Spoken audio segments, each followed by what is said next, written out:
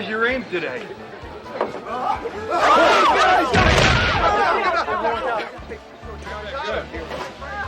Worth 50 points. Penalty marker goes down. Going to be passing interference against Chris Brown of Notre Dame. Yeah, or a root beer for the little lady, and for me, I'll have a root beer and make the mugs frosty. Coming right up. Allen Fink at 5 yards deep. He's going to run it out. He's up to the 5. Now he throws back the other way to 84. Did I ever tell you I used to play football? No, you never did. Of course, I played like a real man, without a helmet. Why doesn't that surprise me? Howdy, folks. Cowboy Cody here, and I'd like to drive this brand spanking new little filly right into your driveway. Oh, no, not him again. I hate that buzzard. Turn the channel. Come on, Hammer, we're watching a game. Yeah? Well, I wish that Bonanza reject would drop dead.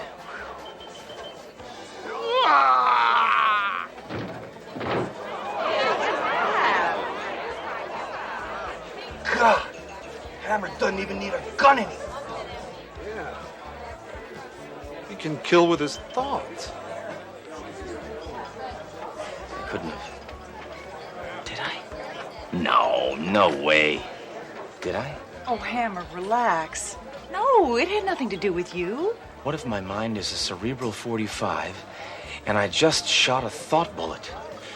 What if I accidentally kill somebody that really means something to me? Somebody like J. Edgar Hoover. But he's already dead. Maybe I did it. Hammer, absolutely not. Come on, Cowboy Cody's death is a coincidence. Look, his lot is 10 minutes from here. Let's go find out what happened. I gotta think. Happy thoughts. Happy thoughts. Happy.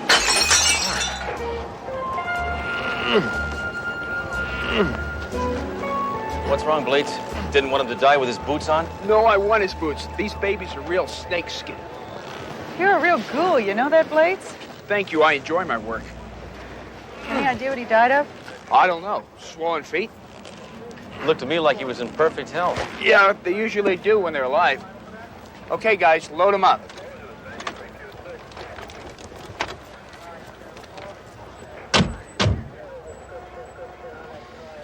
I sure hope this wasn't my fault, Duro. Because a mind is a terrible thing to waste somebody with. He wasn't even a criminal.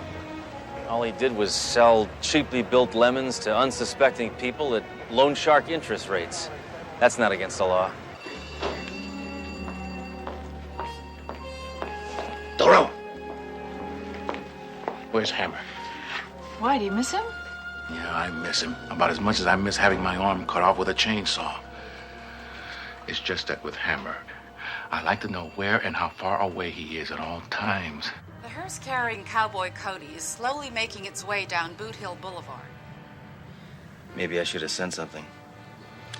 Well, then again, maybe I sent Cowboy Cody. It's a somber occasion, and in keeping with Cowboy Cody's wishes, his family requests that in lieu of flowers, you buy one of his cars. So come on down to the funeral. There'll be free black balloons and rides on sad ponies for the kiddies. And in other news, a zany pit bull named Scooter has attacked his owner, Father O'Clark. Speak to me. Duro, I'm telling you I'm not coming in today. I'm too dangerous.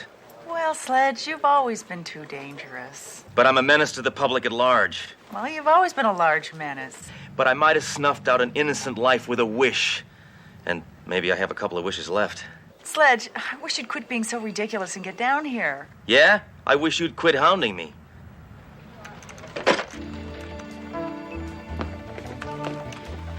Okay, Duro, I'm here. Happy? Right, Sledge. I just want to prove to you that Cowboy Cody's death wasn't your fault. Big-time car dealers die all the time. Of course. Do you know how many times I've wished those guys would drop dead? Sledge, it's a high-pressure job. It's a lot of stress. It's bound to take a toll on your health. All right, look. Car dealers who've died in the last year. 5. See? You're right. I had nothing to do with their deaths. Of course. Of course. Their business killed them. Of course. I don't know where my head was at. Uh-oh. I knew it. I killed him. No, but they all died within 48 hours of their wedding. Just like Cowboy Cody. So, my marriage almost killed me. Just out of curiosity, I'm gonna punch up the widows. Betty Jo, Bobby Jo, Mary Jo, Sally Jo, Debbie Jo. Doesn't that sound weird to you? Yeah. Can you believe how many stupid people name their daughters Jo? I wonder what they name their sons. Nadine? Now I'm really curious. Let's go down to the microfilm library and see if we can find out why all these honeymoons were so short.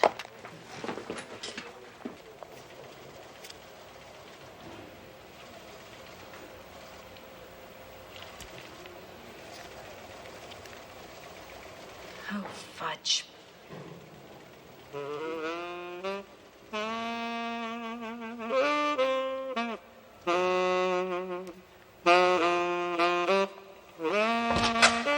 Excuse me. Are you lost? Isn't this the microfilm library? Yes. I know what you're thinking. Wanda Hobbs is nuts. Why else would she be playing strip solitaire by herself? No, actually, we came here because we What else do you expect me to do? Nobody wants to see microfilm anymore. Nobody comes to visit me. I'm alone here. Day after day, year after year, alone, all by myself. So I play strip solitaire. Now, is that so bad? No. No. I think this one just flew into the cuckoo's nest. Actually, we came here because we want to look at some microfilm of old newspapers. God bless you. Please, please. Enjoy. Can I get you some coffee, some tea, some broth? How about a Danish, a donut? Bear claw, perhaps? Just the microfilm, all right? Plenty of time for that. First, let's chat. I'm Miss Hobbs, and I've got a name tag here someplace. I seem to have misplaced it. Anyway, I'm a people person. I like people, but no people ever come down here to visit me, except, of course, you two. Now that you've found your way, I hope you'll come down again. Look, you babbling old bag! Just show us the microfilm, all right? Sledge! That's okay. As a people person, I'm aware that not all people are nice. Some are jerks. But I can tell that you are one of the nice ones. Okay, here we go. There's another one, Sledge. Look. And another one. Can we get blow-ups of these? Blow-ups? My, oh my, this is turning out to be a busy, busy day. Mr. and Mrs. Wranglin Rick, Orlando, Florida. Surf and Sam, Newport Beach. Madman Mike, Bangor, Maine. Mr. Dan the Blubber Man, Houston. Crazy Phil from Salt Lake City. And our very own Cowboy Cody. Looks to me like it's the same woman. But did you happen to notice that it's the same woman? Oh, of course you did. But did you happen to notice it's different photographers? Hammer, nobody really cares. Least of all me. All right, Captain, what do we do now? Well, since this is an interstate crime, it is a matter for the FBI. There's no guarantee they'll solve the case. Look, Cowboy Cody was killed in my city by the most despicable, devious vermin that exists. A wife. And I'm gonna stop her before she marries again. You mean kills? There's no difference.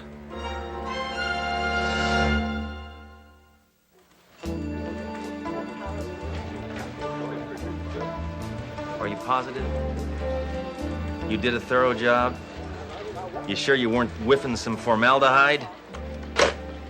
This weirdo coroner doesn't know the difference between a corpse and a cowboy boot.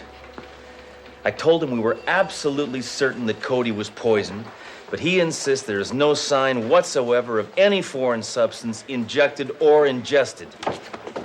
Let's go down and whack his head against the autopsy table. Hammer! Now, according to my toxicology book, there are at least 7 poisons that are untraceable. Oh, really? As if I never saw a Columbo rerun. For a poison to be completely untraceable, it has to be absorbed by the skin. It also has to be applied in large doses and left on for a minimum of 6 hours in order to be effective. Oh, come on, Duro. What cheesehead would wear a ton of toxic poisons on his skin for 6 hours? Of course, he was a car dealer. You're right. We don't have anything. Wrong. We've got 6 rich, dead, obnoxious car dealers, all killed by the same man-eating woman. So what do we do? Duro, you know how to catch a shark? You throw out some meat. And you know what? You're looking at the meat.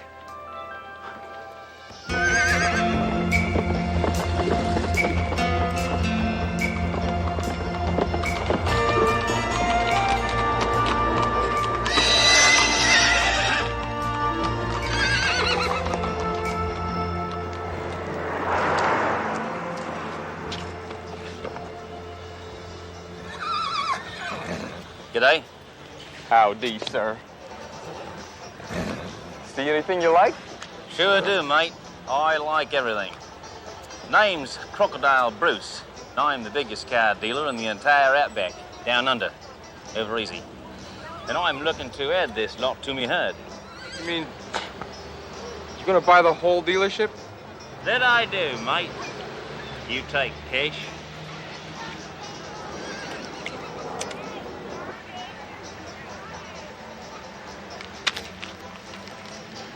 You see, I just love buying cow lots. Well, heck, sometimes I'll buy a cow lot, and then I'll sell it and buy it back the same day just to show off.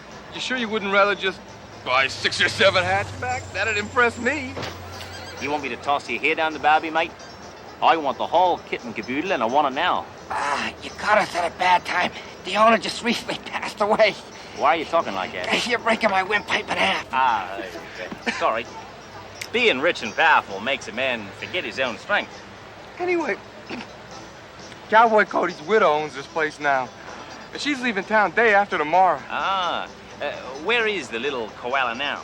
Well, she's in mourning. Oh. Well, then, just have her call me in the afternoon.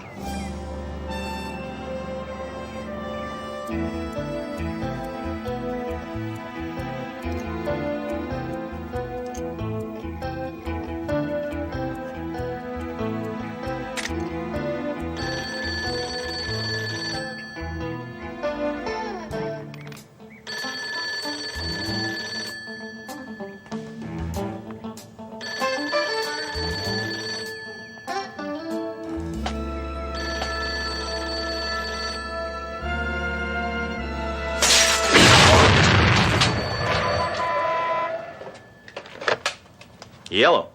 Hi. Is this Crocodile Bruce? Who? Oh! G'day, mate. This here's the croc.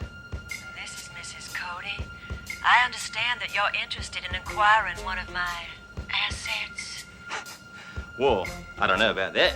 I do want to buy your cow lot. Well, there's a slight chance that I could be seduced into selling. Yo. Listen, little Shelley. I just hate doing business over the phone, especially when it's about to melt. So, what say we meet somewhere face to face? Or closer. How about 8 p.m. in the lounge of the Anastasia Hotel? Is it a date, Crocodile?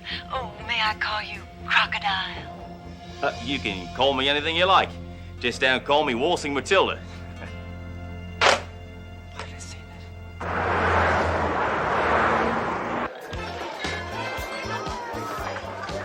Thoreau, it's been 20 minutes. I'm afraid this bimbo is a no-show. Sledge, give her a little longer. All right. I'll give her another, let's say, 45 seconds, and then...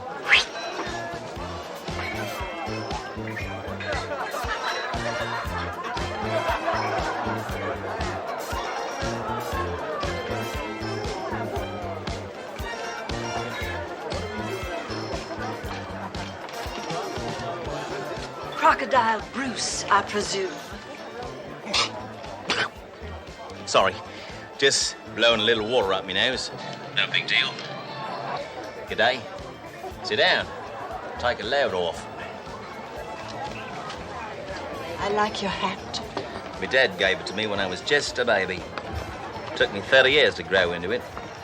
Can I get you a drink? Yes, please, champagne. Mate, your best champagne and 2 frosty mugs. I didn't get your name. I didn't throw it. Can't believe she said that. You know, Croc, I keep pretty close tabs on the retail auto business. And I don't believe I've ever heard of you. Well, I guess you just got small ears. You see, I'm what's known as a flamboyant zillionaire. Kind of like, you ever had a Howard Hughes? Certainly. You ever had a J. Paul Getty? Of course. All right. What about Carl Lafont? Sorry, no. Well, I'm just like him, only a couple of $zillion richer. How's he on the phone, mate? He's looking at you. Hey, what are you lot looking at?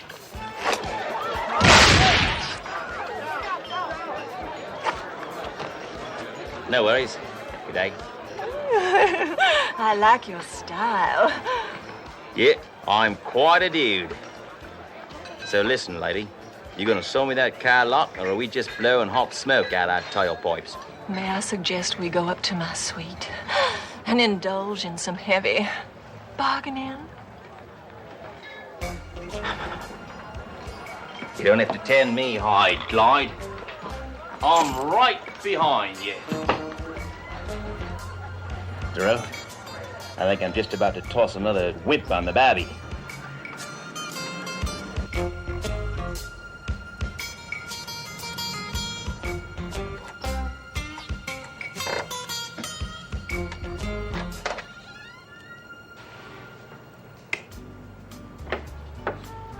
Well, Tom me kangaroo down. This is some sweet. Sweetie? It suits me. You live here, do you? It's a place to hang my lingerie. How come you're not hanging your hide at Cowboy Cody's?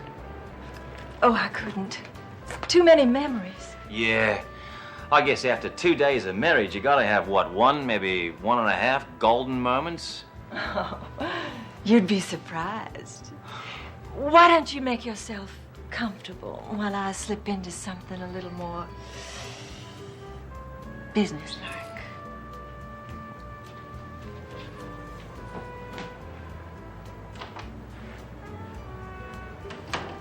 Duro, she's got a tiny car lot on her coffee table. I think this woman's running a couple of quarts low. Now all I gotta do is get her to marry me and then kill me before tomorrow and we're home free. Wallaby. Dress for success, I say. Boy, those things are amazing. Thank you. Yeah, these little cars, they're so lifelike. Vroom, vroom, vroom, vroom, Put that down. You're adding mileage. It's all right. You'll sit back the odometer anyway. This model is the apex of my dream. The ultimate car dealership. Not acres and acres of cars, but miles and miles. 3,000 miles. A car lot that stretches from sea to shining sea. Kind of like bumpers across America. Exactly.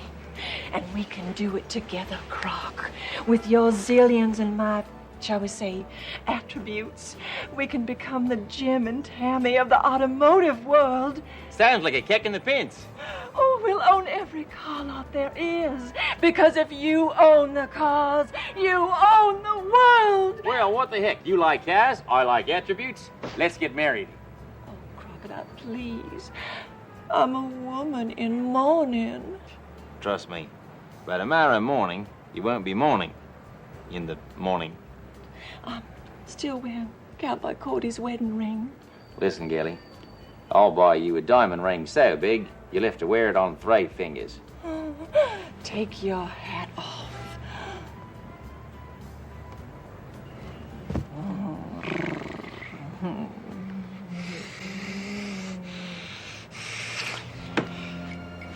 What's wrong? You're wrong. But I thought we were going like 2 dingoes in a flat rock. The only thing that's going is you. And I mean out that door now! I haven't felt this bad since me boomerang wouldn't come back. I'm telling you, Duro, it was not my fault. Maybe you're a lousy kisser. Hey, I know how to kiss. I even use my lips. Now, I think this woman wants nothing to do with men for a long, long time. Wrong again, Hammer. Look who just got married. That's incredible. What is this woman insane? She turned me down for him? Look at his nose. He looks like an anteater. Well, I guess you just weren't man enough for her, Hammer. What happened, Hammer? Your ego let you down? I hate to break up this man-to-man talk, but if we don't do something, she's going to kill another car dealer. So what? He's a bow wow. I'm 10 times better looking than that clown. I mean, you believe this toupee? Come on! Wait a minute. Toupee? Didn't you say she got cold when she ran her fingers through your hair? The cowboy hat makes your hair greasy. Big deal. Cowboy Cody wore a toupee. Poison absorbed in the skin takes 6 hours to work. That's it! She put poison in the glue. She poisoned his toupee? Come on, Hammer. We gotta save a scalp. I don't know. He did bruise my ego. Go, Hammer, before I bruise you.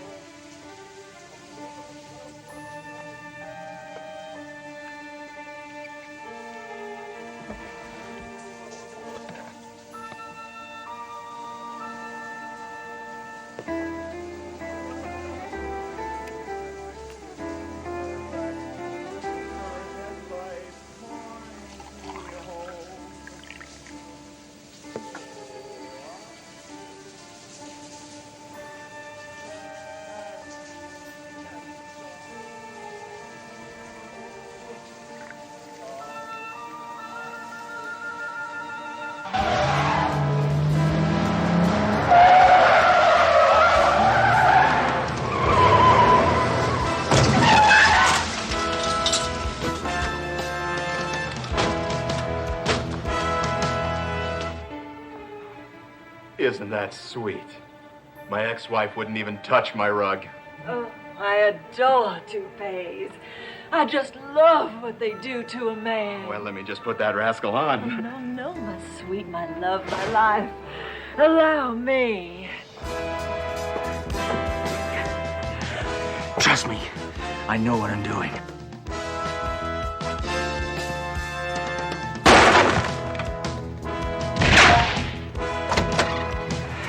All right, Mrs. Maggot. Drop the toupee. Who the blazes are you? Cops, police, flatfoots, John Law, the heat, the man, the fuzz. I think you made your point. We just saved your life, pal. No, you didn't. You just killed a perfectly good toupee. You're gonna get life for this. I'm not worried. I'm sure the jury will be very sympathetic. Oh, yeah? How do you figure? Is it really a crime to rid the world of car dealers?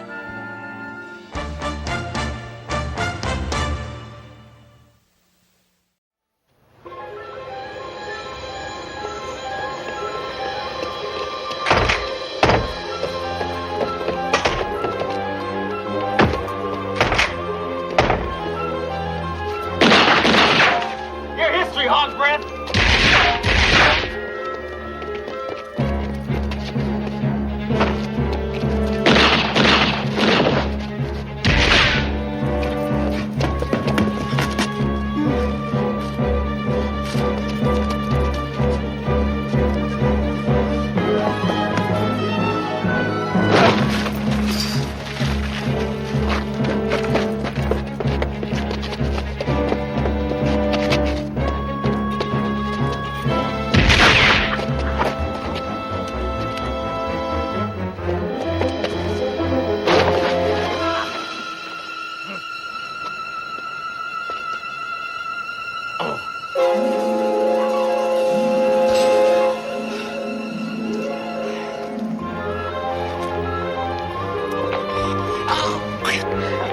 Tired of hanging around, copper? Ah! Couldn't you worn a tennis shoe?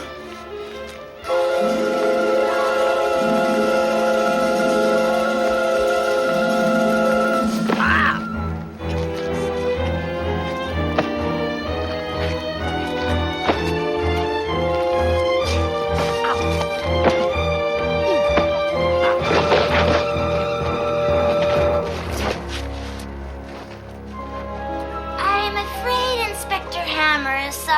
from chronic acrophobia. Apparently, the trauma associated with being in a life-threatening position 5 floors above the street released the phobia from his subconscious. In layman's terms, what does that mean? Means he's afraid to step off a curb. Ah, Inspector Hammer. I was about to suggest that because of your condition, you be put on a medical leave. Isn't there another test you can do? Yeah, Captain. If some quack is going to mess with my brain, can't it be somebody whose IQ doesn't match their bust size? Hammer. Maybe I should recommend a permanent suspension. Hey, you got bottled water on the brain? I'm in perfect condition. I could rent my biceps to Rambo and not miss him. Hammer. Dr. Fall says you have acrophobia. That's ridiculous. Look. See? Nothing. Sledge. It's a fear of heights. A fear of heights? Fear of... Hey, does it look like I'm afraid of heights? I mean, please, no, give me your reading on this. Oh, I'm afraid. Oh, my God. Come on, please. Sledge. Oh. Get down.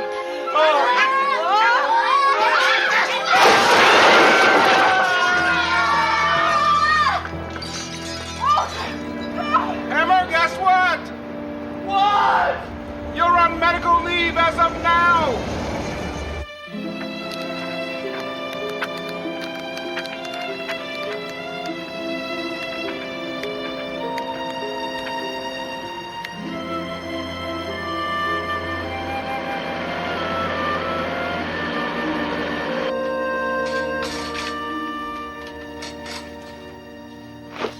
All right, old friend.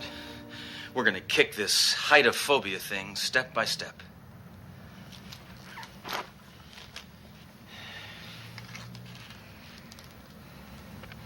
I step up. I step down. I step up.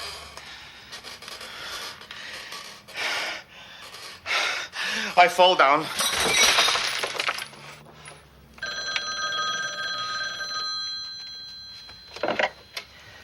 Hammer. Sledge, got great news for you. What, you can finally buy guns and vending machines? No. Captain Trunk found an assignment that someone in your condition might be able to handle. Oh, great. Yeah, I knew there had to be a lot of crimes committed at sea level. Sledge, Captain wants to see you right away. How's your vertigo? It acts up when it's damp, you know. That's bursitis. I don't have bursitis. Are you still dizzy? What, are you kidding? I'm fine. I'm perfectly fine. As a matter of fact, I'm hang gliding this morning, and then tomorrow I'm going to go skydiving. Yeah, I'll see you in a couple of minutes.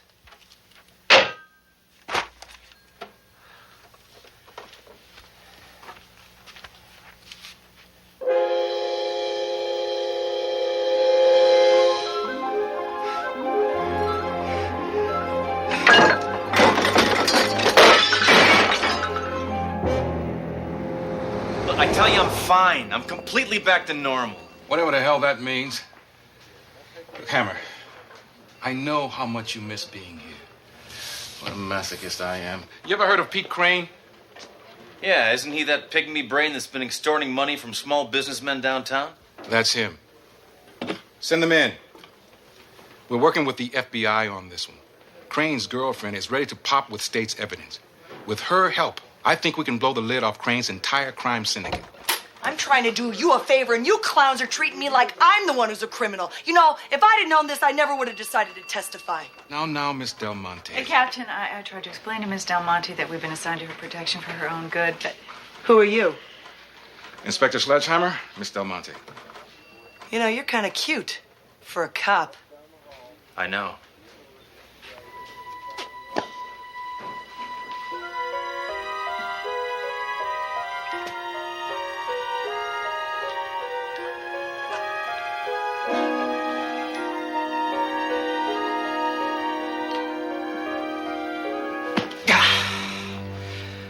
Nice to meet you.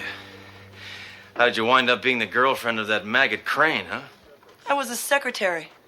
He wanted someone who could type fast and run slow. Hammer, I want you to stick with Miss Del Monte every minute. I understand, sir. Have you showered yet? Come on, let's split out of here, Charlie. I'm going to hit the dress sales, and it'll be nice to have a gentleman's opinion. You are a gentleman, aren't you? Look, Captain, I want to get back in the action, but I'm not interested in babysitting for some gun moll. All right, well, that's just fine, because I can take care of myself. You see, I'm locked and loaded, and I'm ready to rock and roll.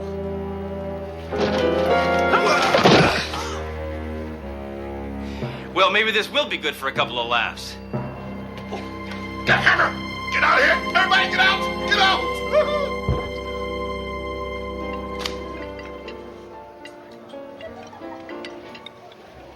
I never met a woman who carried an Uzi in her purse before. Pete gave it to me on our first anniversary. It's a hell of a lot better than a rape whistle. Oh, how'd you get involved with a sack of slime like Pete Crane? He could steal me anything I wanted. Yeah, but didn't it bother you going out with somebody who steals and robs and has no scruples? Nah, I used to date a congressman. Oh. So, you married? No, my wife is gone. Oh, gee, I'm sorry. When did she die? No, she's gone. She just took my things and left. Pete did the same thing to me, too. Said I was too expensive. So he ditched you, huh? He ditched you for somebody cheaper.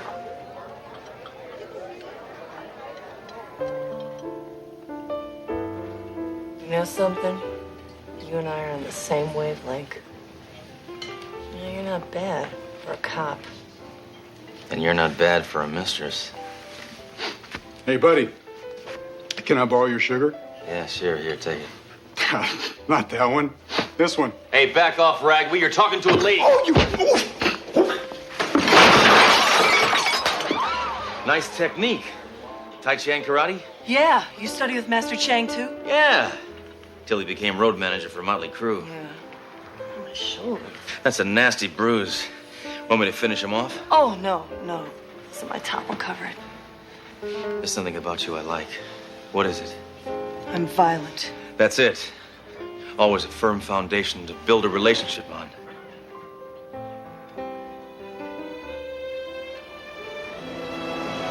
.44 Magnum. Left twist bore. Muzzle velocity of 729 feet per second. It's beautiful. It's been a long time since a woman's handled my gun.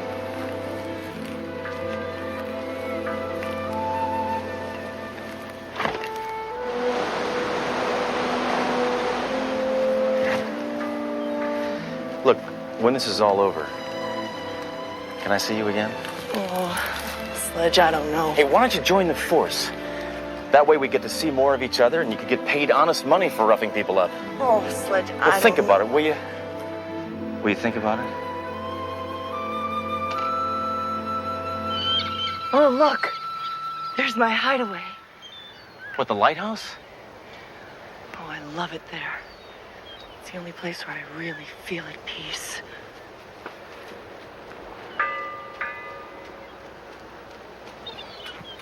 Come on, Sledge. Old Pete bought me this lighthouse. He bought you a lighthouse? I asked for a nightlight. Come on. I only take special people here. Up here. Come on, I'll race you to the top.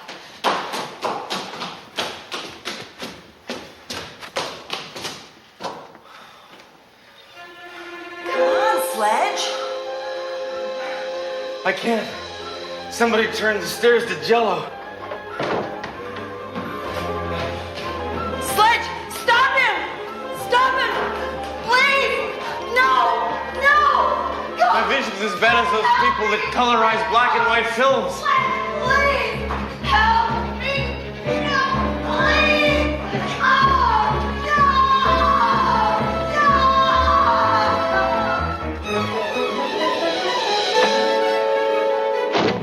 Angelica!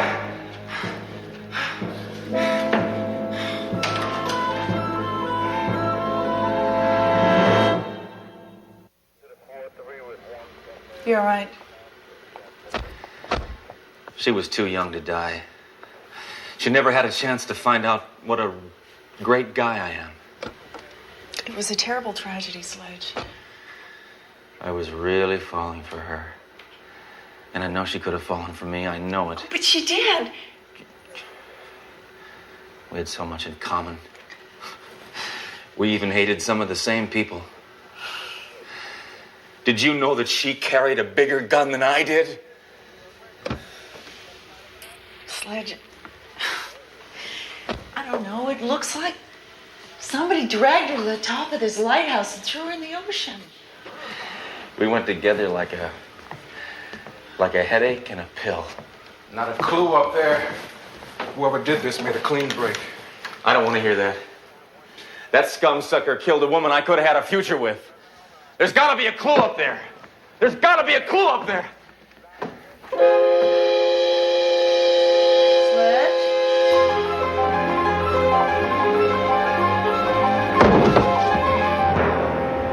Because of Inspector Sledgehammer's fear of heights, there was no way he was going to make it up those stairs and save Angelica Del Monte.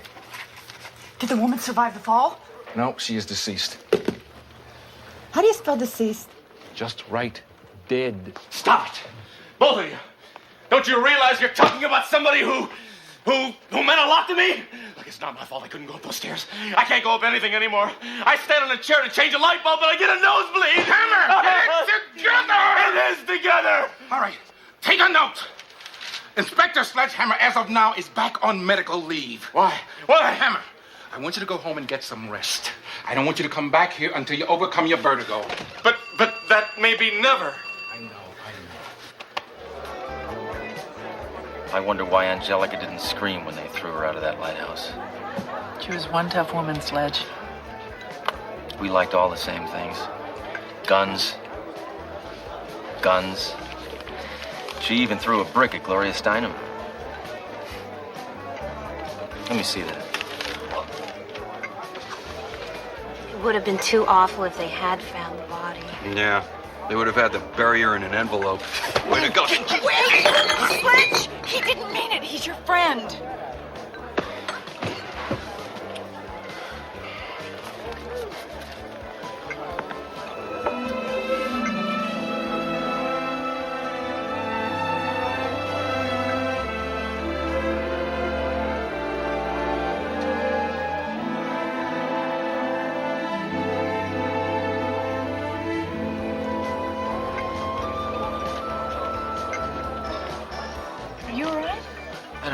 What's the matter with me?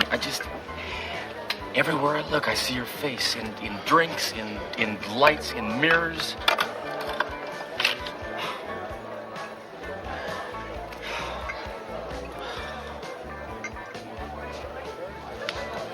Angelica, it's you.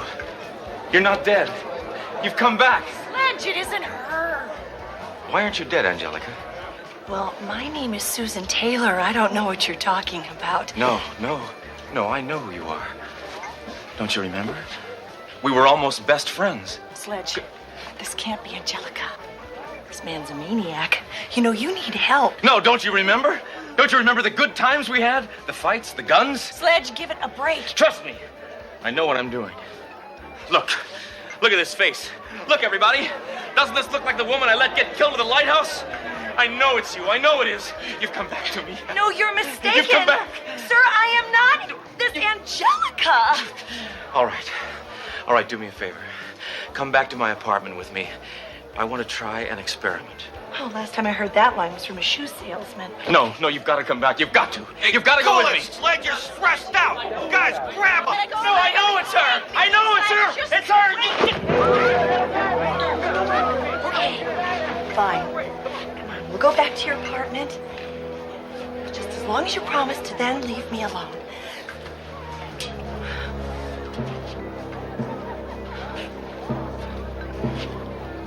Door's that way. Sledge. Trust me. Sledge!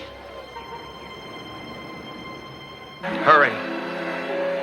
It takes a while to change your hair color. I'm dying as fast as I can. Come on. This can't mean as much to you as it does to me.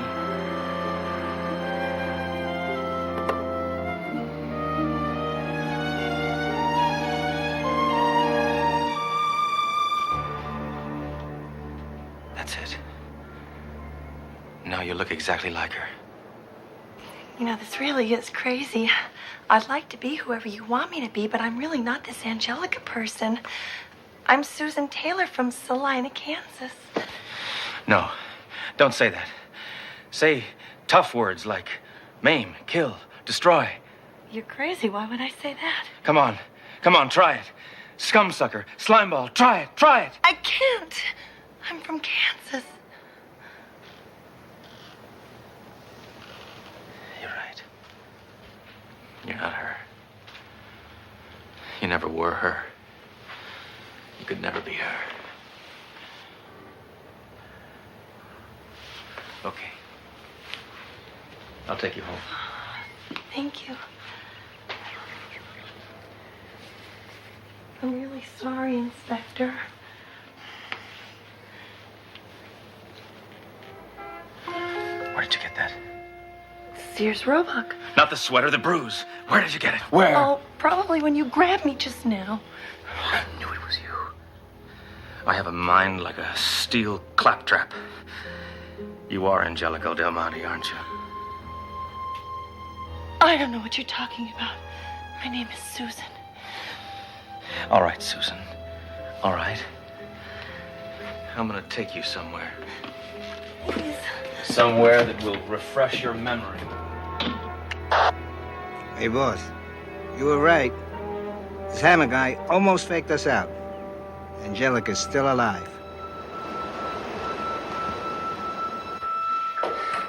Admit it, Angelica. That bruise proves you're you. You know that, don't you? Will you please stop saying that? The chances of two different people having the same bruise are 27,000 to 12. That's that'd be 1 in 16. That's 12 into 27. That goes 60. That'd be well, they're slim. They're very, very slim, Angelica. I feel like I'm having a sugar rush. Come on. Admit it. Just admit it. Admit it. Say you're Angelica. Say it. Oh, do you have to be so violent? Angelica loved violence.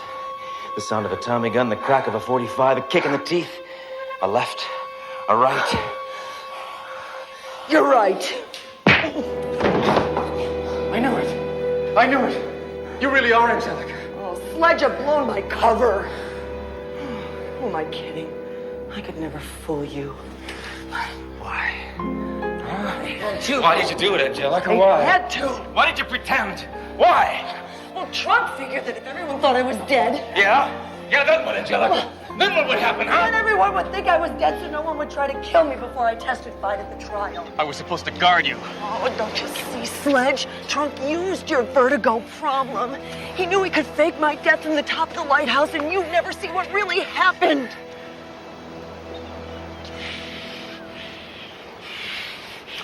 So you're not dead. Then who fell from the tower? It was a mannequin. And a guy, FBI guy working for Trump. He threw it down while I hid. So, when I ran out to the car to call headquarters, you and that FBI creep escaped. Oh. Sledge, I wanted to tell you when I saw you at the bar, but I couldn't. Oh, you could have found a better place to hide in plain sight. A bar full of cops. Angelica, I did it. I made it to the top. I'm cured. I can look over transoms again. What's that? Another Fed? No, wait, Sledge! He's not F... I'm tired of playing the fool. I'm telling you, he's not FB... Hey! So you thought you could fool me, huh? It's over, you blonde dummy. Drop your gun, kick it over here.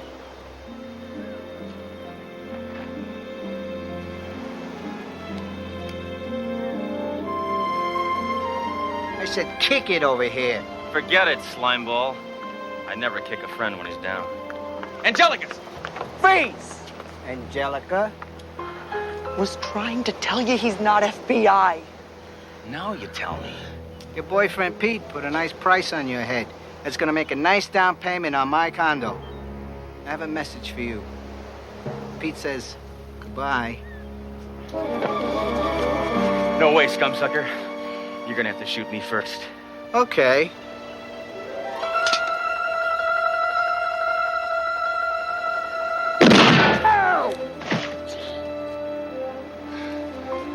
Hammer, standing in front of that woman like that was a very gallant thing to do. But don't ever tempt me like that again.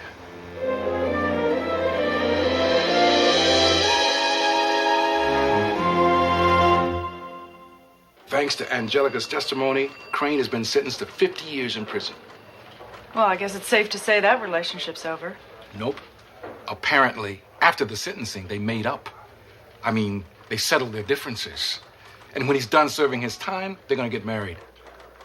By the time that happens, we'll be throwing rice at their wheelchairs. Well, you know what they say. True love knows no bounds.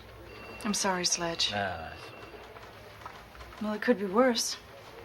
I mean, you're feeling better. No more vertigo, right? No, I haven't had a drop. And I'm not getting dizzy anymore either. Watch. See, look. Hammer, get off Oh, Hammer, get off that deck! Hammer, get off that deck! Hammer, get off my deck! Get off my deck! I'm fine. No, see, I'm fine. Look, I'm fine. Oh my God! This is terrible. I know. When did they remove that flagpole?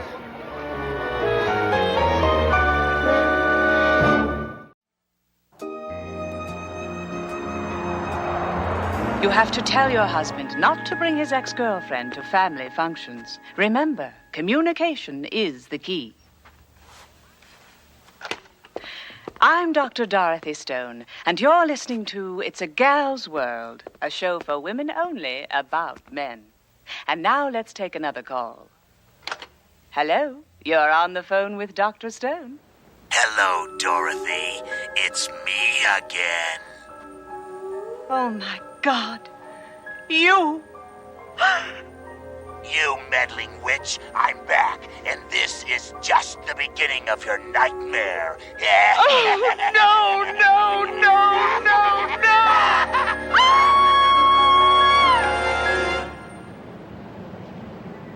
You must do something to stop this madman. As I've said before, Dr. Stone, my hands are tied. It's only been threats. As a professional, I know that this type of personality will act on those threats. You wanted to see us, sir? No, but you might as well stay. Inspector Sledgehammer. Detective Duro. This is Dr. Stone. She's a psychologist. Oh, good for you, Captain. You finally sought professional help. No, Sledge. Dr. Stone has a radio talk show.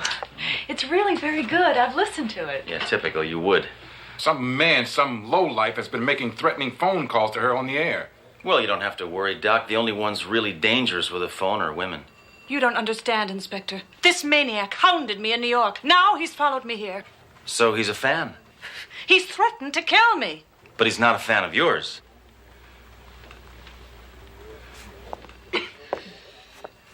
I had a pervert call me once. No, how'd you get him to stop? Change your number? No, I stopped dating him. You know, this man is merely a nuisance to you right now, but as a doctor, you must know, these people usually aren't violent. Normally, that's true. But this man's voice has all the characteristics of a classic sociopath. He's relentless, aggressive, and violent. Hey, I never called that show. This is just like New York. The police there were powerless. They even tried a wiretap, but he never stays on the line long enough to be traced. Yeah, but this ain't New York. This is my city. And the only person who harasses people here is me. Is this man going to put me in more danger? Probably. Hammer, I want you to handle this by the book. You understand? Now, why don't you and Doro play the tapes of known crank callers who have recently relocated here? I'm sorry, Dr. Stone. That is the very best that I can do at this time. Typical. I didn't expect that you police would be able to find this man. Now all we have to do is find the door. Oh.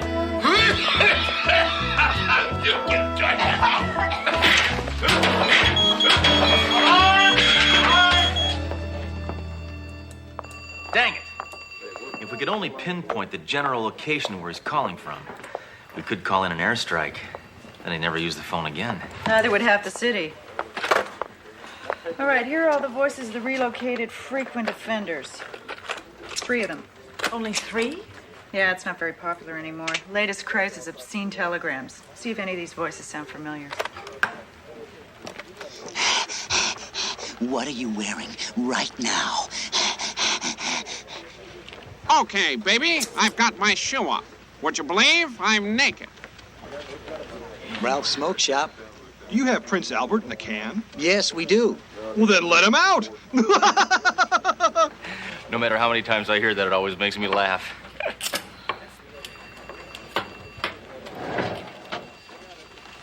I'm sorry, Doctor. It's obvious that your caller hasn't been apprehended. I don't believe you people. You're powerless. No one can help me.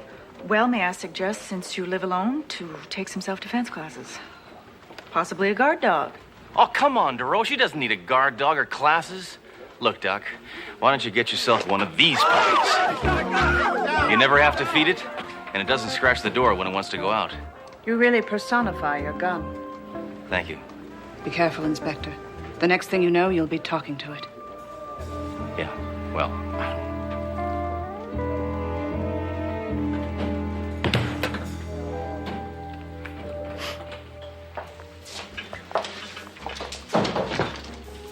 You know, what did that shrink mean, that I personify my gun? Well, you treat your gun like a living, breathing thing. That's not personification, Duro. It's love. Ginger ale for the lady, black coffee for you. Hey, what is with this sissy umbrella? Sorry, Inspector. We ran out of the little American flags you like. We had an Ollie North happy hour. Good afternoon, ladies. This is Dr. Dorothy Stone, welcoming you to It's a Gal's World. Hey, don't touch that dial! You leave that woman's show on. Not for me, I don't care. I don't want... If she wants to listen to it, she's got some problems that she wants to solve. And no, I don't care about this bunk. Hello, you're not alone. You're on the phone with Dr. Stone. What machismo. Some crackpot's trying to kill her, and all she cares about is helping people.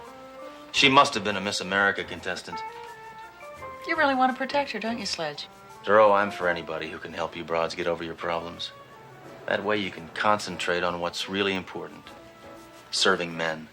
Let's take the call on line 2. What's up, Doc? Stop this. Please, stop these calls. So you tried to fink on me again, huh, Dorothy? Going to the police? You need some discipline. I hate tattletales. Stop calling me. Leave me alone. Do you really think the cops can help you? Those pigs can't do a thing. They're just namby-pamby milk suckers. No one out there can help you. Ciao for now. I'm tired of that cretin polluting the airwaves. Sledge! Do me a favor. Don't shoot the radio. You're right.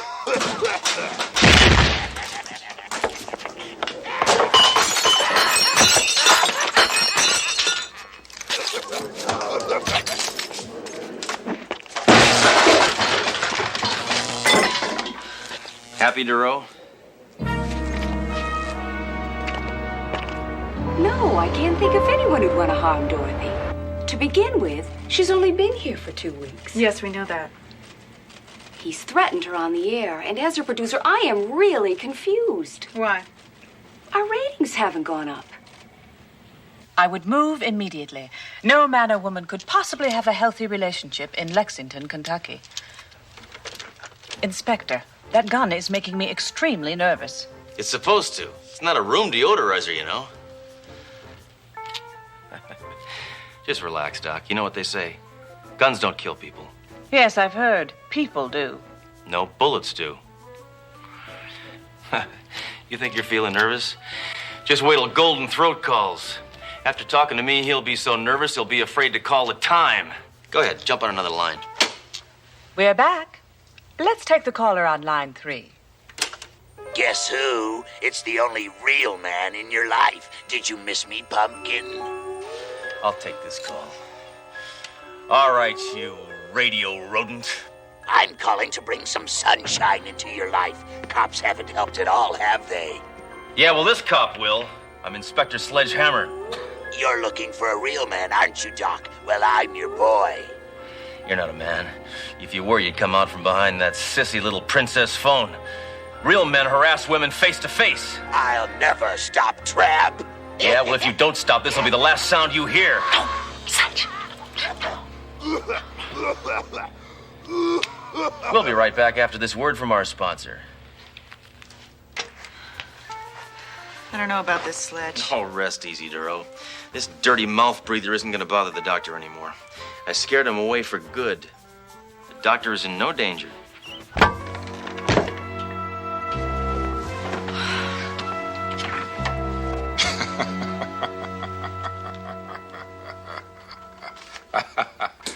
Hammer, this newspaper article, Cop Bows to Collar Caller. I hate it. I do too, sir. Alliteration is so pedestrian. I'm not talking about that, Hammer. I'm talking about your grandstanding over the airwaves. You disobeyed my orders. But, sir, I sent that punk running with his tail between his legs. On the contrary, Hammer, you probably succeeded in pushing that loony bird over the edge. Now there's a good chance he'll do a lot more than just call. No way, Jose. I know this bozo. He's a wimp. He's a prankster. We got nothing to worry about. This slimeball hasn't got the guts to leave his house to do something bigger. Captain, a report just came in. Dr. Stone's been attacked in her apartment. Unless he was pushed. If he was pushed, there's no telling what he would do. Must have been pushed somehow.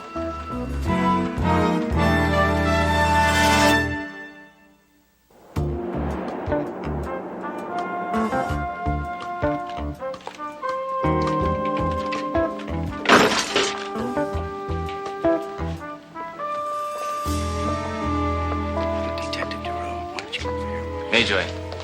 What, are you dusting for prints? Oh, no. Just eating a powdered donut. Uh-huh. Got some information from the doctor. Uh-huh. She said the guy jumped out at her, but she didn't get a good look at him. Uh-huh. She probably couldn't see through all the smoke. Uh-huh. I've seen less than a hickory pit barbecue. Uh-huh. She could have her own brand of sausage. Uh-huh. So, Mayjoy, you find anything out? Uh-huh. She doesn't see anything wrong with me and Mrs. Mayjoy taking separate vacations. Uh-huh.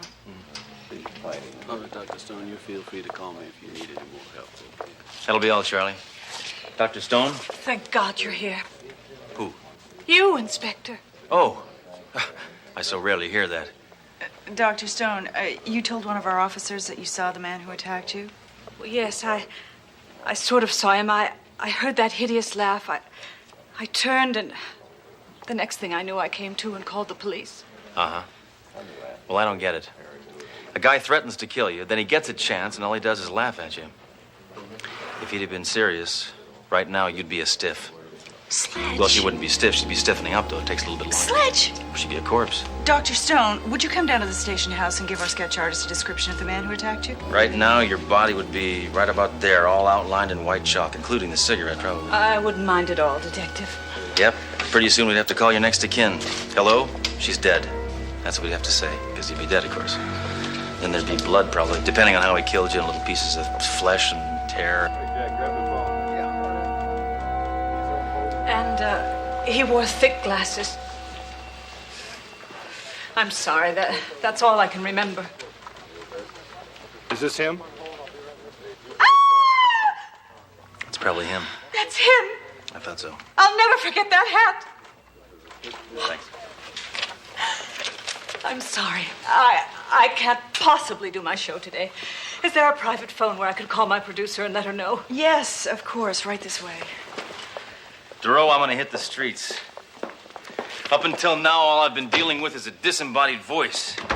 I had nothing to shoot at, nothing to hit, nothing to kill. But now I got a face, and I'm gonna pick up every wacko that looks like that.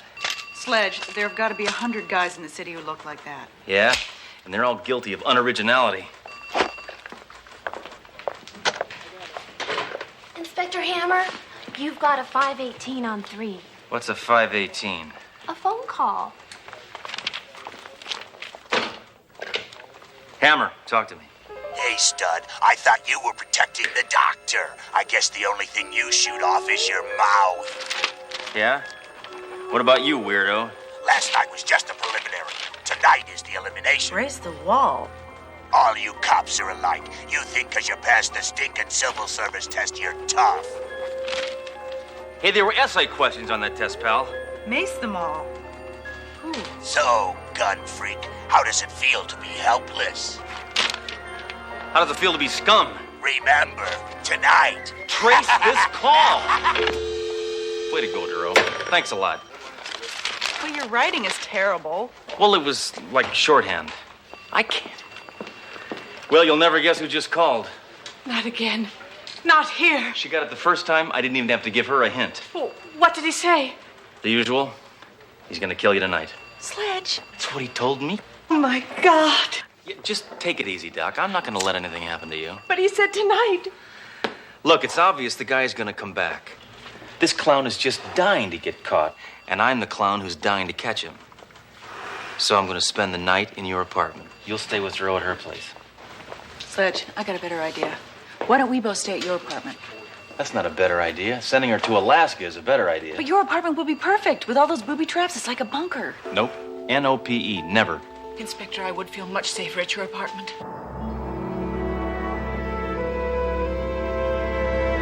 Dr. Freeze! What? Be careful what you touch. Sledge has everything booby trapped. Anything could cause an explosion in here.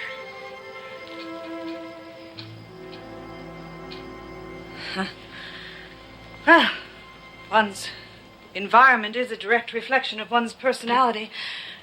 From the looks of this place, the inspector is a textbook case. Yeah. Well, as Sledge always says, man's home is his ammo dump. Excuse me. The inspector's a very manly man, isn't he? Yes. He's a unique individual. Well, you two seem to have a good relationship. On the surface. Sledge is a stubborn, narrow-minded, opinionated, sexist reactionary. Does he know you feel this way? Oh, that's the way he feels about himself. I think he's an okay guy. So, Doctor, who's the man in your life? No one.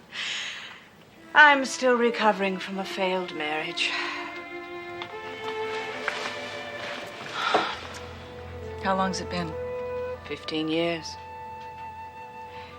Some people heal more slowly than others. Do you think you've developed a fear of men? I thought I was the doctor here.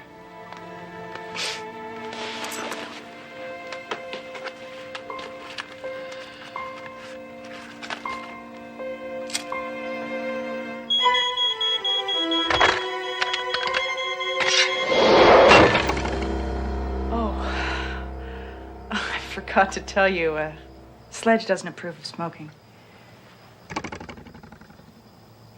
No tofu, no bean curd. These single women don't eat right.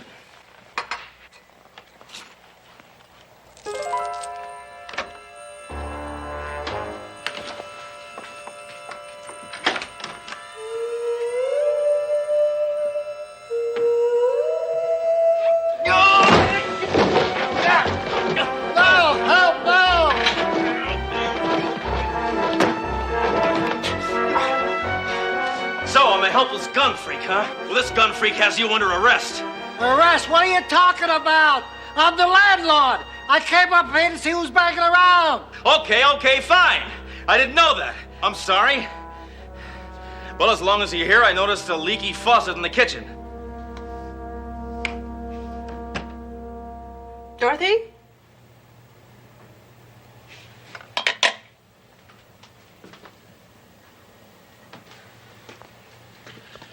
Dorothy?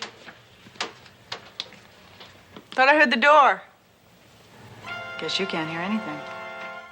Guess who, Dreambug? Dorothy, get out! It's him!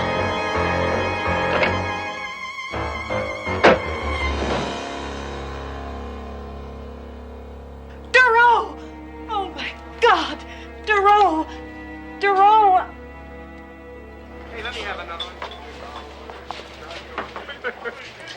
In all my years on the force, I've never been so frustrated. I know I can catch that slug. I just know it. Hey, Inspector. That loon is on the line again. That manly man Hammer couldn't help you, huh? Why won't you stop? Just stop. I'll stop. I'll stop by. I'll be your in-person guest. Why won't you just leave me alone? I'll tell a couple of amusing anecdotes, then kill you. We better get down there. I'm not coming with you. I think I just heard a familiar voice. You're hearing voices? Duro, that concussion really puts you in bad shape.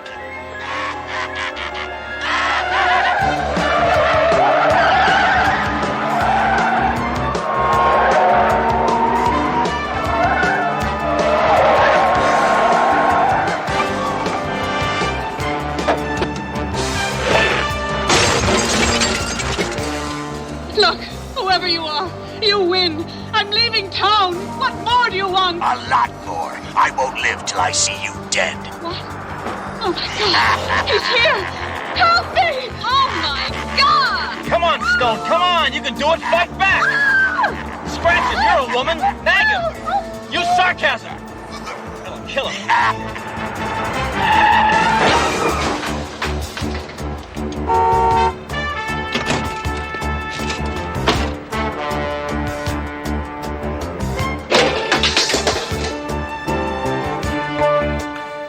I'm Inspector Sledgehammer.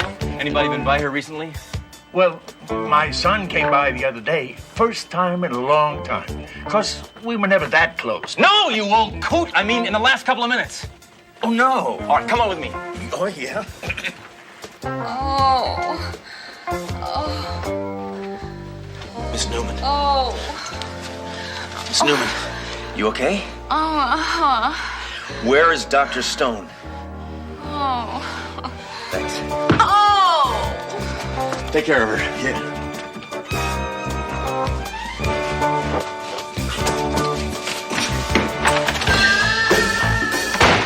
Dang rock and roll.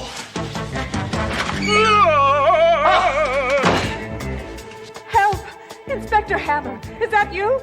He's going to kill me. Shut your mouth. The cops can't help you now. He obviously hasn't met us. Who are you talking to? Oh, nobody.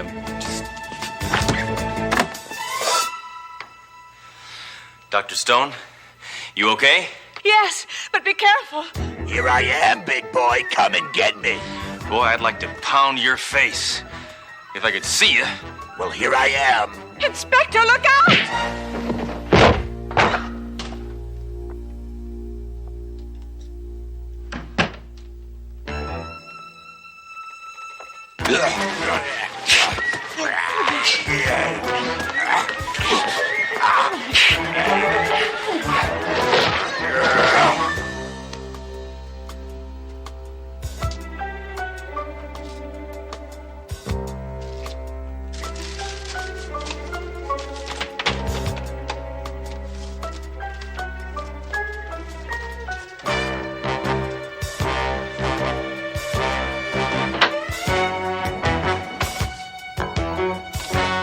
I'll tell you a couple of amusing anecdotes, then kill you.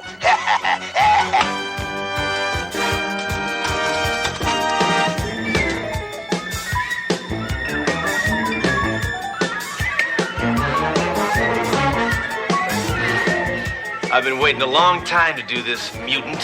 Oh, yeah? What's that? This!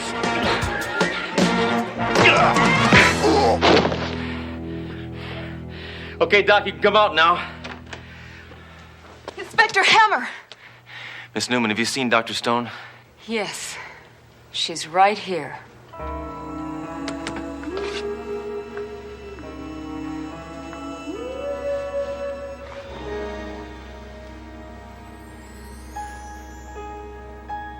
Of course. An accredited psychologist masquerading as a man, making threatening phone calls to herself, and then sending the police on a wild goose chase. I should have known. You've had a case like this before? No, I saw it on an episode of Barnaby Jones.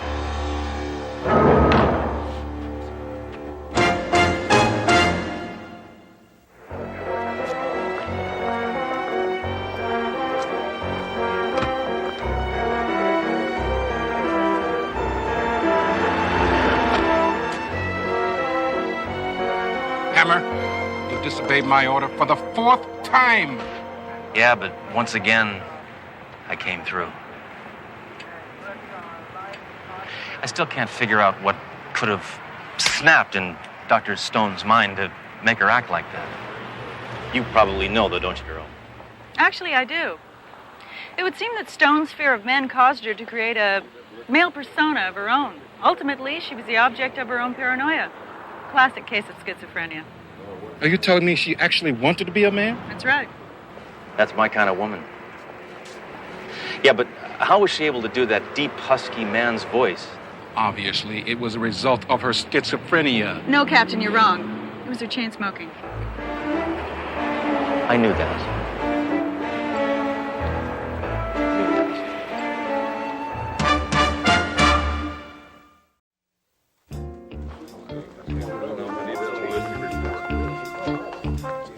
Oh, Inspector Sledgehammer, Detective Doro, Special Agent Bunyan of the FBI. FBI, huh?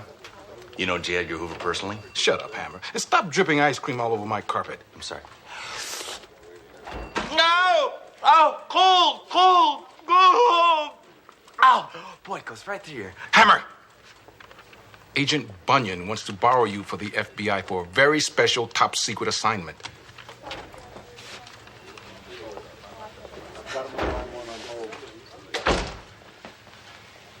Have you ever heard of Clive Winston?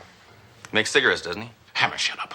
He was the biggest crime boss in the country in the late 60s. Well, then his brother makes cigarettes. Hammer, shut up. One of them makes cigarettes. Hasn't he been in jail for the last 20 years? Our sources indicate he's planning a prison break. Inspector Hammer, we'd like you to go undercover at Chadney Federal Prison. Get close to Winston, become friends, and break out with him.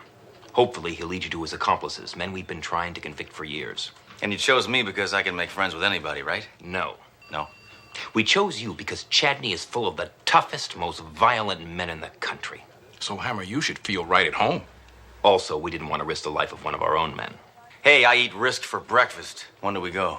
Tomorrow at 8 a.m., you'll enter Chadney with the identity of Nick LeBeau, alias Nick the Dart, a legendary hitman who's killed so many people even our computer quit counting. But nobody knows what he looks like. I arrested him, and I don't even know what he looks like. Me posing as a vicious hitman? It'll be kind of a stretch, but I'll try. At least I have the right tools.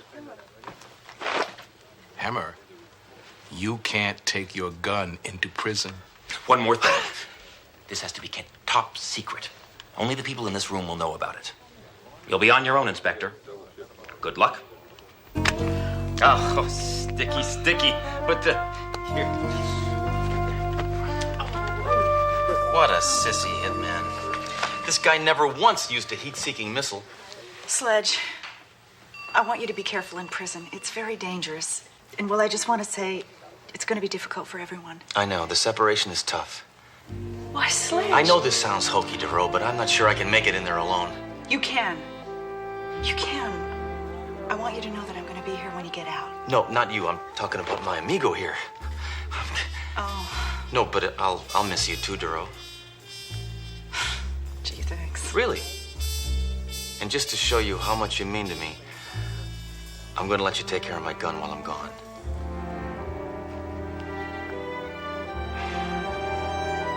I've written out a few simple instructions. Make sure you feed it some high-quality gun oil every night, then wipe it down with a clean, lint-free rag. Don't worry about your gun. Take care of yourself.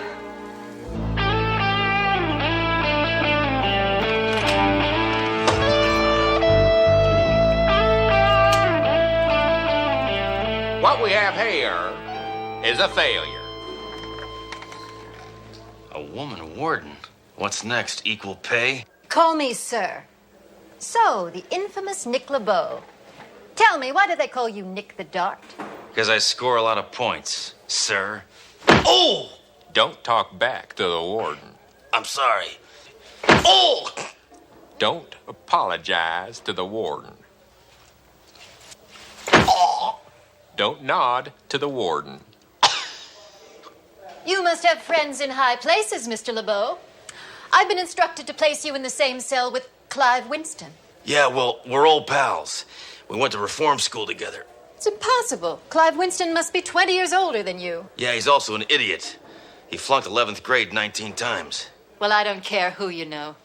In here, you're nobody. Nothing but a number. Everybody in Chadney is just a number. Yeah, what's your number? 36, 24, 36? I like to think of this as a progressive prison. That's because it gets progressively worse. Yeah? So much for the sales pitch. Any negative points? Oh! What was that for? Nothing. Well, that's a negative point. Any others? Yes. Don't even think about escaping. Nobody escapes from my prison. Not even me. If I tried, I'd have me shot. Rules are rules. Understand? Oh! I told you. No nod.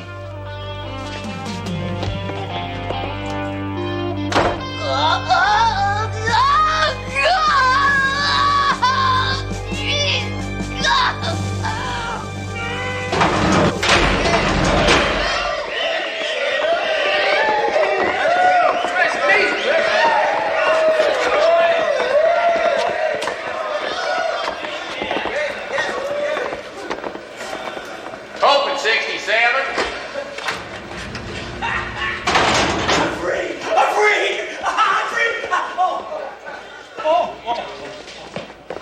Not 76, you moron. 67.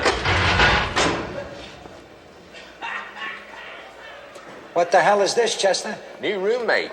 I don't need no stinking roommate. Sorry, Clive. Ain't no more room. Take some, kill somebody. Orders is orders. Y'all keep your nose clean or I'll wipe it off with this here. Close 67. No, 67. 6-7, you tomato brain. Dang, I thought I was stupid. Well, a nice spread you got here. Got a bedroom and a bathroom and a vanity. And I guess this is a den. Hey, let me give you a piece of advice. I don't like you. Now, I got 2 rules in here. 1, shut up. 2, stay out of my way. Yeah, tough guy. Well, I got some rules, too. Number 1, don't make me mad. And number 2, don't use my toothbrush, because then you'll make me mad and you'll be breaking rule number 1.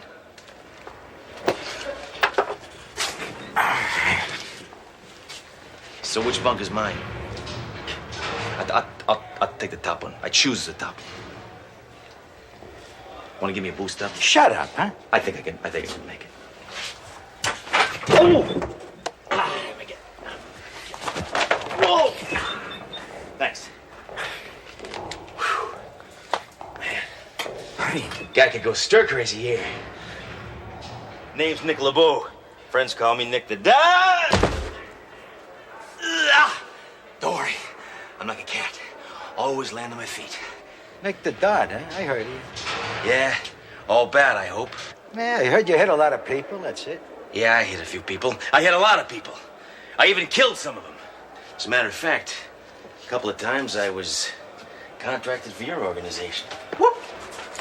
Hey, I didn't say I liked you. I said I heard you. You understand? Now put a pillow in that mouth, all right? I'm trying to read here. Yeah. Well, they can put me in a cage. But they can't tame this animal. Yada, yada, yada, Warden! Hey, knock it off, Jabron, will you? Take this, you lousy screw! What are you gonna do about it, huh? Come and show me how tough you are. Huh? I'll take it all! Hey, yeah! I'll take it all! Get off! Tommy! Trust me, I know what I'm doing. Surprise! Come on!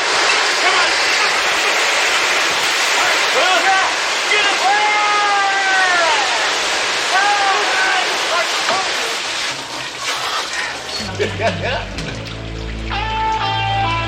Reminds me when I dry off to kill you in your sleep.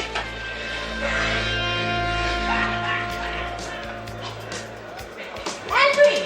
Henry! Anna, come on, you can do it. I know you can. Henry! Anki! Looks like we need a little motivation here. Maybe this will help.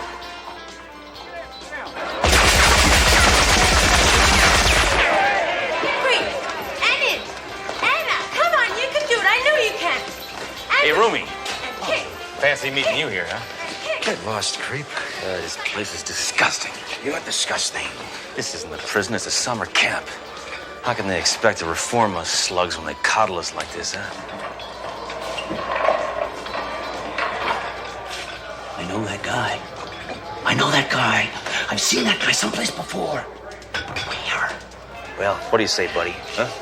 Want to play some Parcheesi? Maybe I didn't make myself clear to you. But I hate every single I hate every single molecule in your body. Now, if you were smart, you'll get as far away as possible from me and die. I remember that sledgehammer, a cop. He once busted my mother for tearing tags off of mattresses. Come on, Zeke, what's a cop doing in prison? I don't know. But he's not going to be here much longer.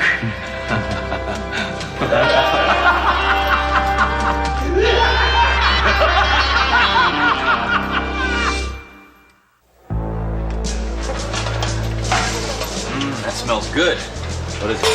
Cream lard on toast.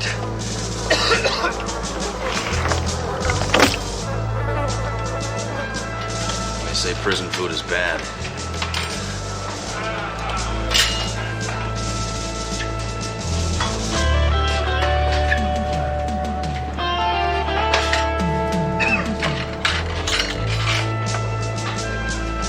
You're through.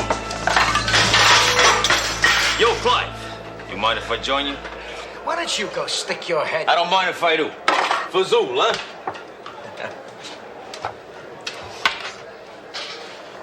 huh? This lard melts in your mouth, doesn't it? This is delicious. Look, you blonde-headed baboon, if you don't leave me alone, when I get out of here, I'm gonna hire you to kill yourself. Hey, Clive, for you, half price. Give me your butter knife. Huh? Give me your butter knife!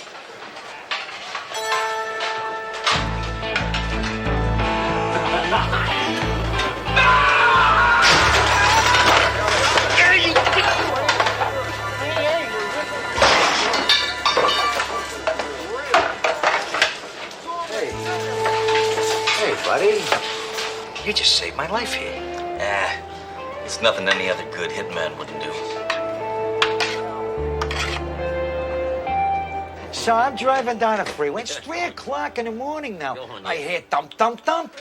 I pull over, whip open the trunk, and this guy ain't dead yet. So I grab this tire iron. Boom, boom. Give him a couple of whacks. Nothing. Finally, 10, 15 whacks. Boom, boom, boom, boom. He stops stumping, and he buys the farm. I tell you, it makes me laugh to think about it now. Hey,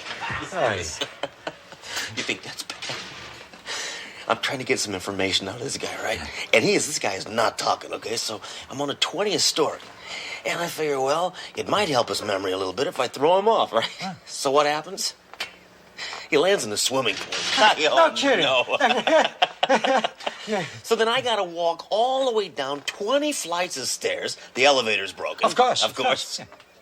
So then I gotta carry him back up 20 flights of stairs. He still won't cooperate. I throw him off again. What happens?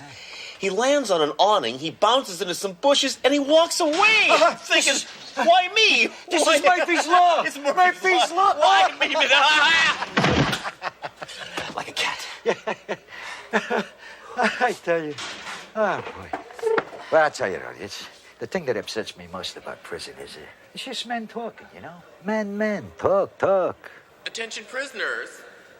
The movie tonight will be My Dinner with Andre. You know, I like you, kid. Me too. Yeah. And I'm going to let you in on a little secret here. I'm busting out of this joint tomorrow morning at 5 a.m. And seeing as you have saved my life here, I'm going to take you with me. No, you would do this for me? Hey. You know what you are? You're a real sweetheart.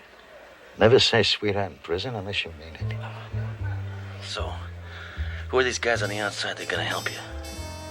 What's it to you? Come on, Clive. I don't want just anybody busting me out of prison. They might be flakes. They might be lowlifes. We might have a personality conflict. You just be ready to go at 5 a.m. LeBeau, your girlfriend's here. Open 76. I tricked him.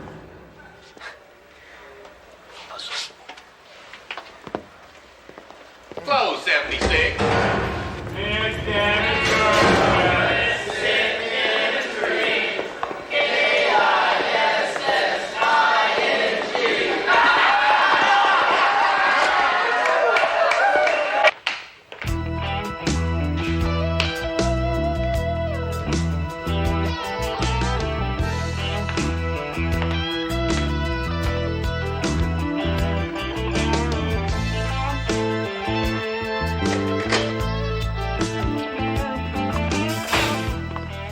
LeBeau, you got 5 minutes. Wait a minute, I don't like you. Make it 4. And you're ugly, too. Make it 3.5. I'm sorry, this number is no longer in service. DeRoe, what are you doing here? Hitmen don't have girlfriends. If they did, they'd kill them. I came to get a status report. Also, I brought you something. How is my amigo? Fine. Does he miss me? Probably crying bullets, huh? No, it seems happy. Oh, good. DeRoe, this isn't a prison, it's Club Med. Do you believe they actually feed the prisoners? How are you getting along with Winston? Great. I like the guy. He's brutal, he's violent, he's unfeeling. I think he'd make a great cop. When's he gonna make his break?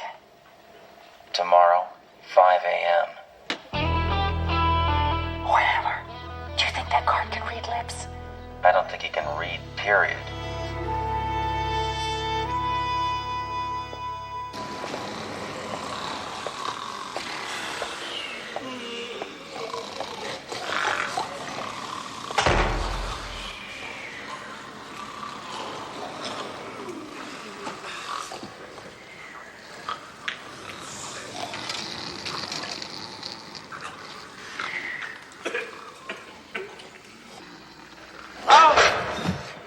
Nick, what are you doing there?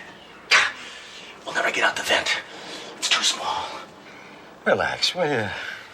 Hey, come on. It's almost 5. I thought you said we were breaking out this morning. Yeah, but relax. Well, shouldn't we be doing something? Like sawing the bars or maybe carving a gun out of soap? Kid, give me a break. I'm trying to sleep. Yeah. Come on, Clive. We can't just walk out of here.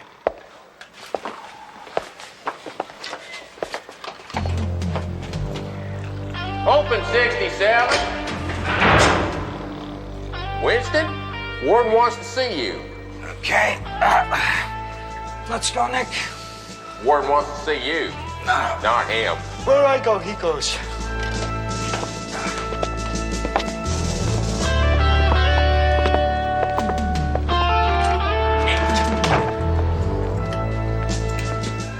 Hi, Warden. What's the problem? Oh! What was that for? Talking.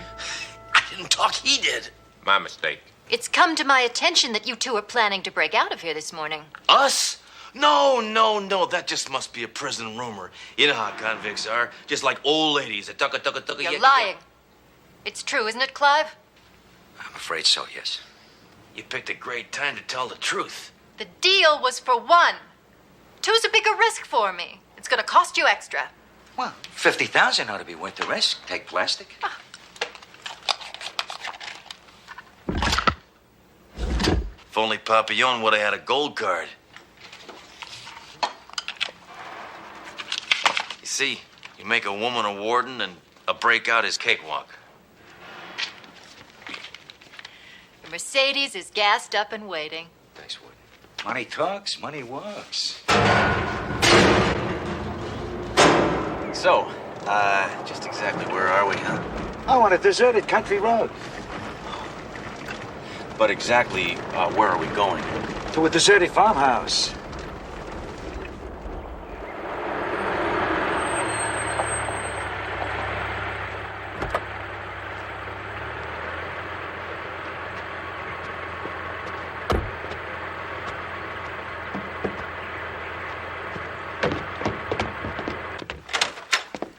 He's a jolly good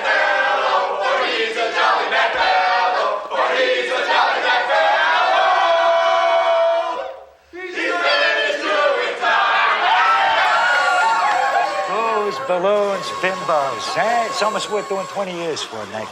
Come on, let me introduce you to some of my partners in crime here. Yeah, sure, but can I make a phone call first? To who? My girlfriend. I want to let her know I'm out, and I want to invite her to the party. Well, sure. We can't have too many bimbos, can we? Never. Phone's right over here. Come on, over here. Hey. Grandma, how you doing? Hey, yo. Got a quarter. Hey, Rico. All right. There's your mom. All right. Hello? Yeah, babe. It's me, Nick. Hammer? Yeah, old Nick. Hammer, where are you? I don't know. I'm in a farmhouse in the middle of nowhere. Excuse me. Could you give my girlfriend directions on how to get here? Oh, sure thing, honey. Okay, now you go outside and you get in your car, see? Then you start it up. Then you press on the gas pedal. Nick, bring it over here, will you, Nick? I want you to meet the guys. Come on over here. Come over here. Hey, hold it down, everybody. Just a second, I got something to say here. I want you to meet the only friend I ever made after doing 20 years in a joint. Nick LeBeau. Hey, Nick, how you doing, Nick? All right. Now, this is a terrific hitman. He is also real good people. Now, you may know him by his professional name, Nick the Dot. What? Nick the Dot? Yo, Clive, Nick the Dot, he killed my second cousin. Yeah, well, he knocked off my first cousin. Hold on. Nick the Dot is my sister. So you're not my father. Your father? What about my mother? And my dog? Oh, wait a minute, guys. Wait a minute. Give the kid a break here. I mean, so he murdered a few people. I mean, he is a hitman. It is his job. Yeah, let's not get petty. Yo, Clive, I'm gonna blow his brains out right here. No, wait, hold it. Put down your guns. Look, I'm not really Nick the Dart. Actually, I'm Sledgehammer. I'm a cop. I'm doing undercover work for the FBI. There's no reason to shoot me. Wait, did I say cop? Where is my head at? No. I'm actually Geraldo Rivera, and I'm doing an undercover expose on prison reform. No?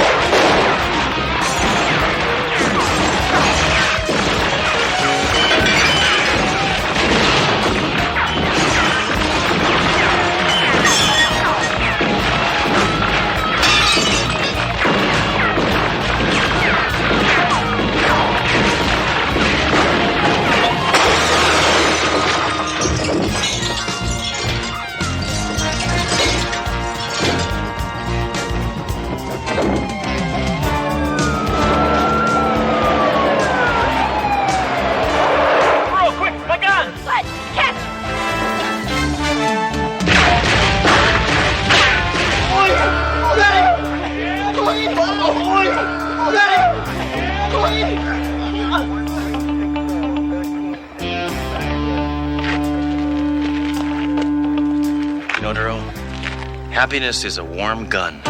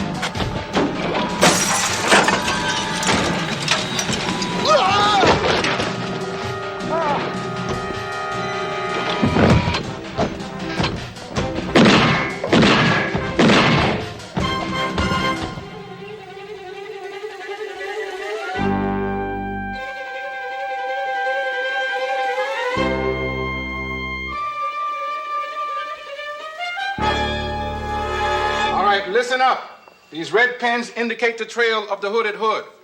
This lowlife has done more damage to the image of police in this city than the time Inspector Hammer test drove a Sherman tank near the elementary school. We're gonna change this situation around, starting right now. Good. This guy's goose is as good as cooked. Not cooked, Daly. Barbecue. Let me demonstrate Mother Hammer's recipe for hood flambe. I'm talking Kentucky Fried Criminals. Extra crispy. What about you in a straitjacket? Where'd you get that infernal thing? At the Shopping at Home Club.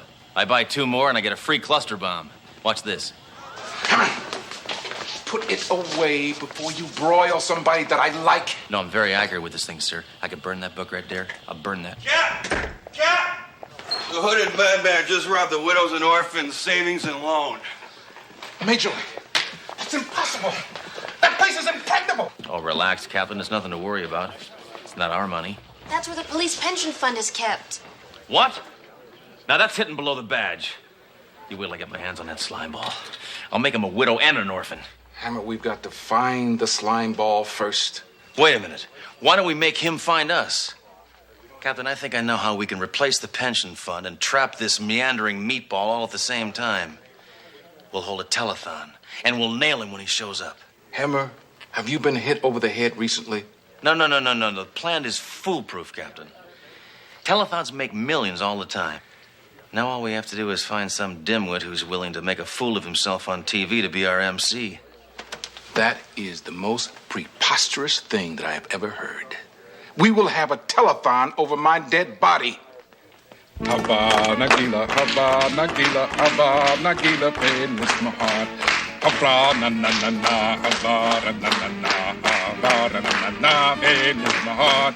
Uru, Arvakina Vesamea, Arvakina Vesamea, Arvakina Vesamea, Arvakim, Vesamea.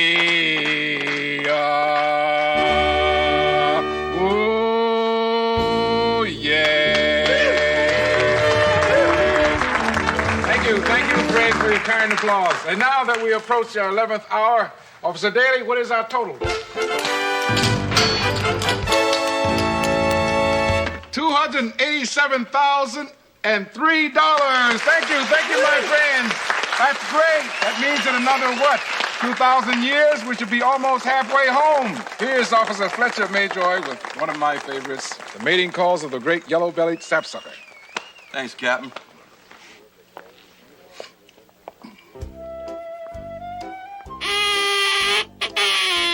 It's touching, isn't it, Duro? The way the American public is willing to give until it hurts if you just trot out any dumb old cause and a few dozen rotten acts. You really think the hooded hood's gonna show up? What? Absolutely. But not till there's more money in the kitty. No, we got a long wait ahead of us.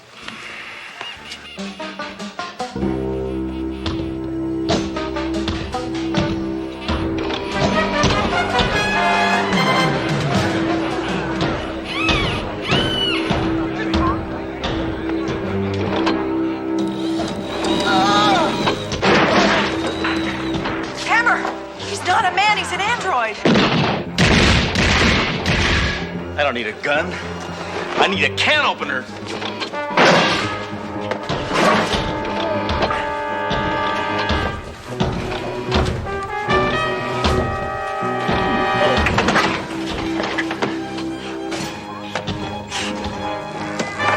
This cat hand's trying to slip away. Now I know why I hate disarmament. What is that? Look at that. The thing knew it was trapped, so it simply disconnected its arm. Ingenious. Look, any luck in finding a connection between the android and the scientific community? Well, according to the National Institute of Technological Innovations, or NIFTY, there are over 100 labs involved in android research. Unfortunately, they don't have anything that works. Now, here's a list of what I thought most probable, sir.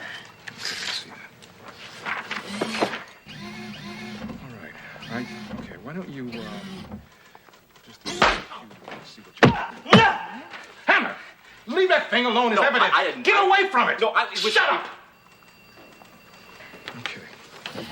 tell you what, why don't you give NASA a try? Oh, good thinking, sir. Yes, I'll get a hold of the gun and cut through all the red tape. Who should I talk to over there? Check out Foreman. He's a friend of mine. All right. Now, I want you to look at a list of the scientists, too. This is dating back, starting in 19...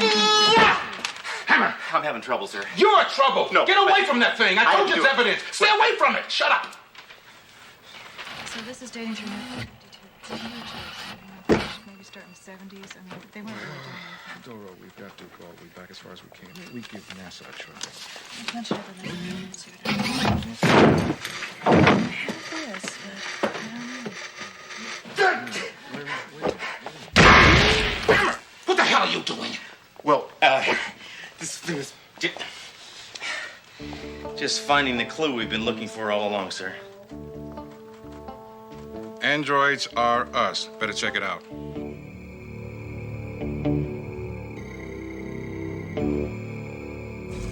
Yes, I recognize this card.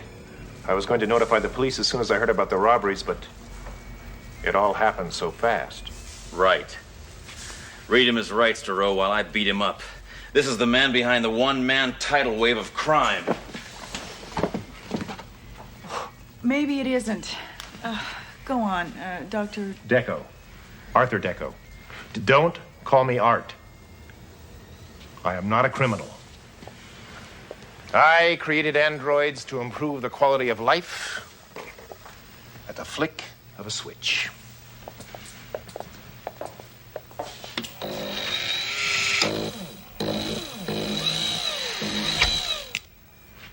This one performs a humanitarian purpose. Miss Duro, would you please turn on the TV?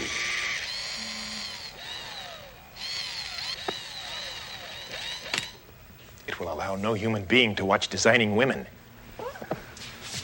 Listen, test tube brains. What about the metal maggot that left an arm for a calling card? A dream gone astray.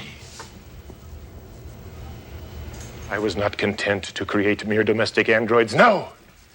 I had to reach for immortality. I had to make Bork. The judge? No. Bork. B-O-R-C. That stands for Biologically Organic Robot Cyborg. The most highly advanced android in the universe. Bork was perfect except for one minor detail. He had no sense of right or wrong. Why does that sound familiar? Bork's flaw was capitalized on by my former associate, Malcolm Dench.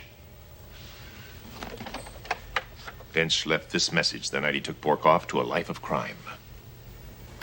Hello, Art. By the time you hear this, Borky and I will have embarked on a series of robberies which will make me the richest and most powerful man in the world.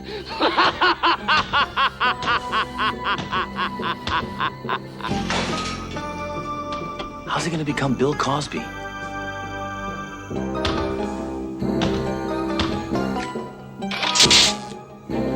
It's Bork. He's returned. He's come for a new arm. Don't steal, Borky. I'll give you a hand.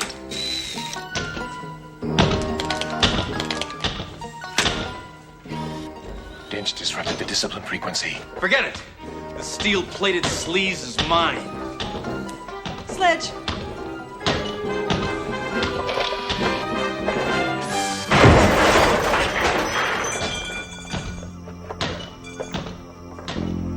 Sledge!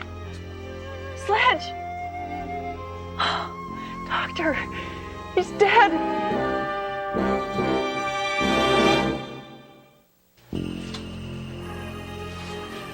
How is he, Doctor? To tell the truth, it would have been better if he'd been run through a blender.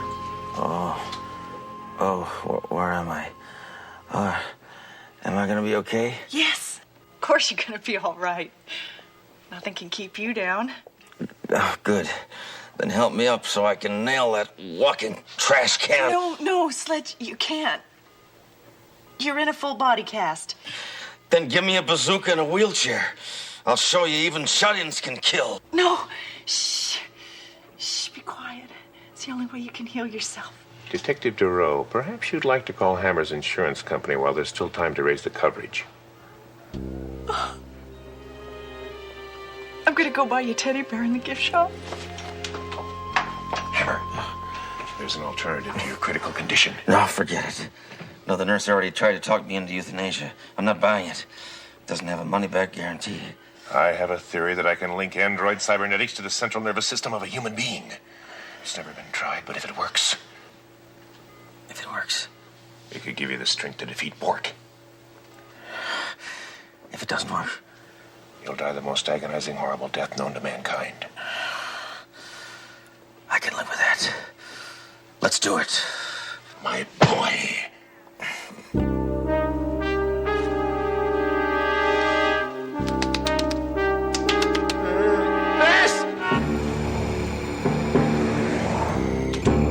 You wanted to see me, Captain? Thoreau, this android crime wave goes on and on and on. There's not a damn thing I can do about it. I feel like a failure, Thoreau. Don't, Captain. We'll catch this creature, I'm sure of it. Well, it better be soon, Thoreau. You know, maybe it's the insane quality of this whole thing, but I actually feel myself missing Hammer. Really? Yeah, I mean, if he walked through that door right now, I'd be glad to see him. What am I saying?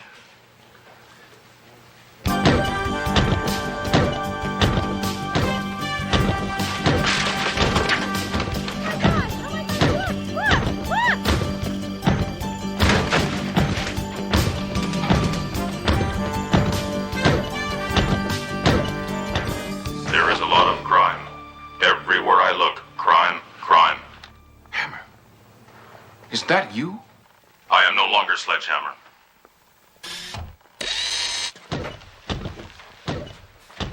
What have they done to you?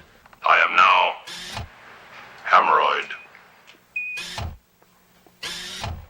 Thoreau, would you like a seat?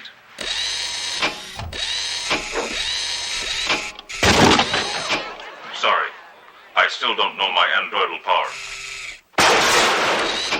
Window out. Needs to be fixed. Would anyone care for refreshment? Hey, Hammer, you got a black cherry on you? Mayjoy, all of you, get out of here. Don't you have some work to do?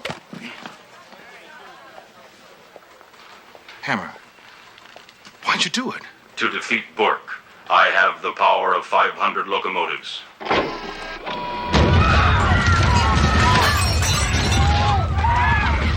Guaranteed 6.2 on the Richter scale every time. Please note, now my amigo and I are one. That was a glitch, but it was fun. Some things never change. Thank you. I also have X-ray vision.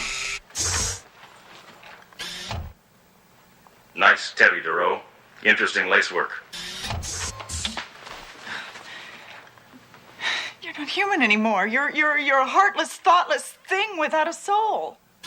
But I have AM and FM radio. Enough, Hammer. I don't want a walking entertainment center. I want something that's going to stop Bork. Then please follow me, sir.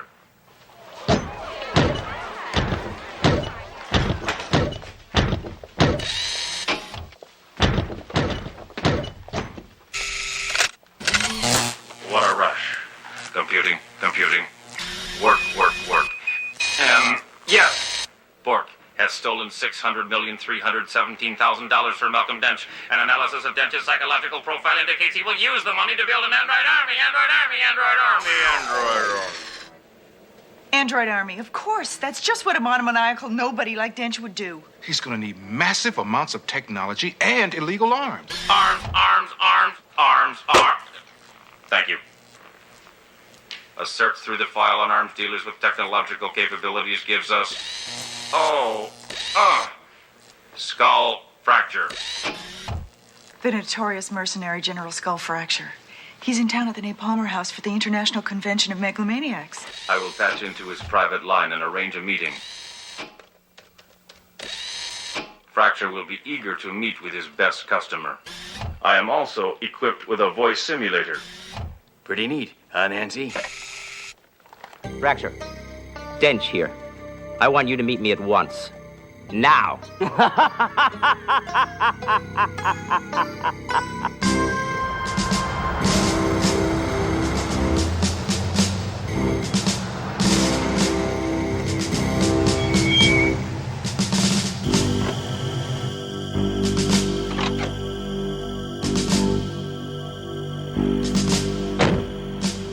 General fracture. Where's Dench? I was hoping you'd tell me. No, you. Been set up, huh? Drop your gun, or there will be trouble. Who are you? What are you? I will ask the questions. You will answer. Otherwise, I will be forced to compress you into a tight tack. Sledge, what are you doing to him? Trust me, I am cognizant of what I am doing.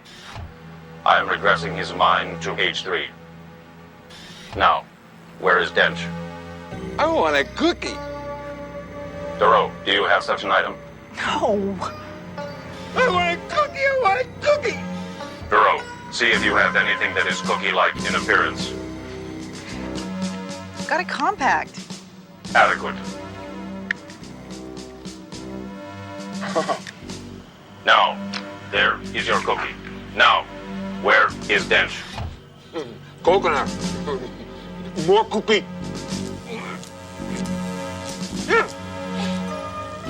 Dench and Borky at Dr. Deco's lab. He thought that'd be the last place you'd look, you meanie. Let us proceed, Thoreau. We have circuitry, malfunction, circuitry, malfunction, circuitry, whoa. Oh, Sledge. What's wrong with me? Oh, Sledge, I don't know. I never took a shop course. Thank heavens Captain Trunk told me where to find you. Hammer ran off before I could warn him. Warn him about what? That his body might reject his robotic components. It's happening now. If his armor and electronic devices are not removed at once, he's going to die. Well, take everything off, hurry! Leave me alone, Thoreau. Bork and Dench are still out there, and I want them.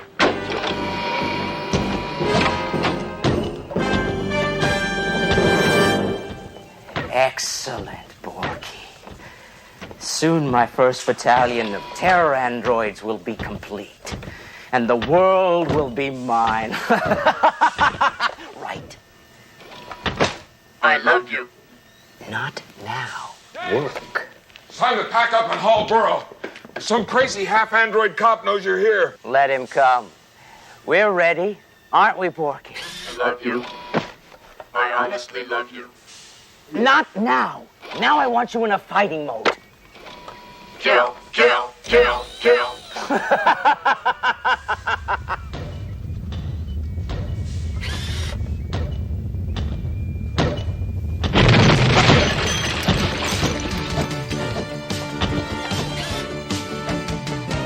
Hold it.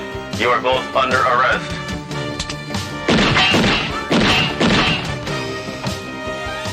You handle him.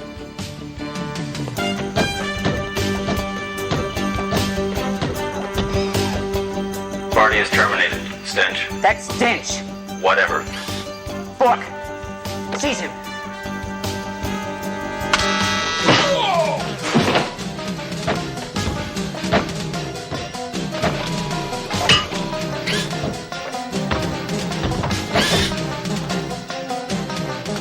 My turn, creep. Destroy him, you coward! Destroy him! Yes, obey, Bork, obey. You lack the cognitive faculties for independence. You are nothing but a jumped-up toaster. Don't listen to him, you stupid android. Listen to me! Bork not dumb. Bork have emotion. Bork love Dench. Well, I don't love you, you waddling junkyard. Now kill him! Kill him! Kill him! No, kill him. Kill him! Kill him. Kill him. Kill him. Kill you. Him. Kill him. Kill you. Kill him. Kill you. Kill him. Kill you. Borky, get up. You see, Dench, you and Bork suffered from the same fatal flaw. Human emotions. A problem I do not have. Therefore,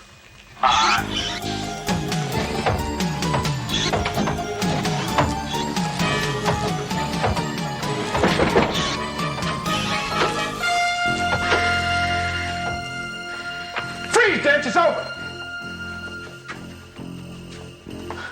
Sledge! Look, He's rejecting his robotic self and trying to change back into a human being. I'm sorry, Detective. He's scrap iron. No, it's not possible. I mean, I never. Well, we never.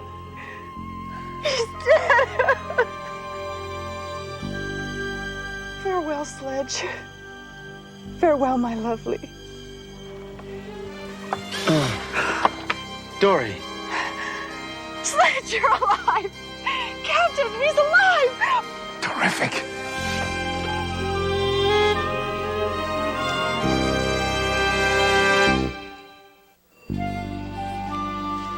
Hammer was lucky.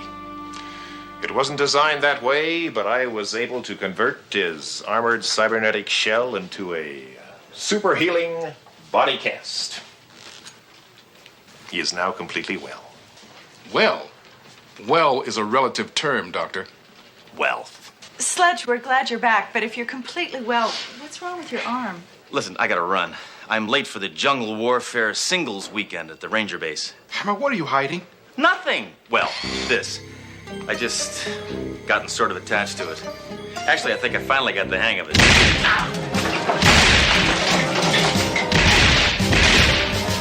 Sledge! Stop! You're scaring him. I'm only human. তোরা করে কোদাও মারতে পারবি না রে তোরা খালি পারবি আমার পেছন দিয়ে গুলি করতে ছিল কিচ্ছু করতে পারবি না কেউ বলে করতে পারবি না Trust me, I know what I'm doing.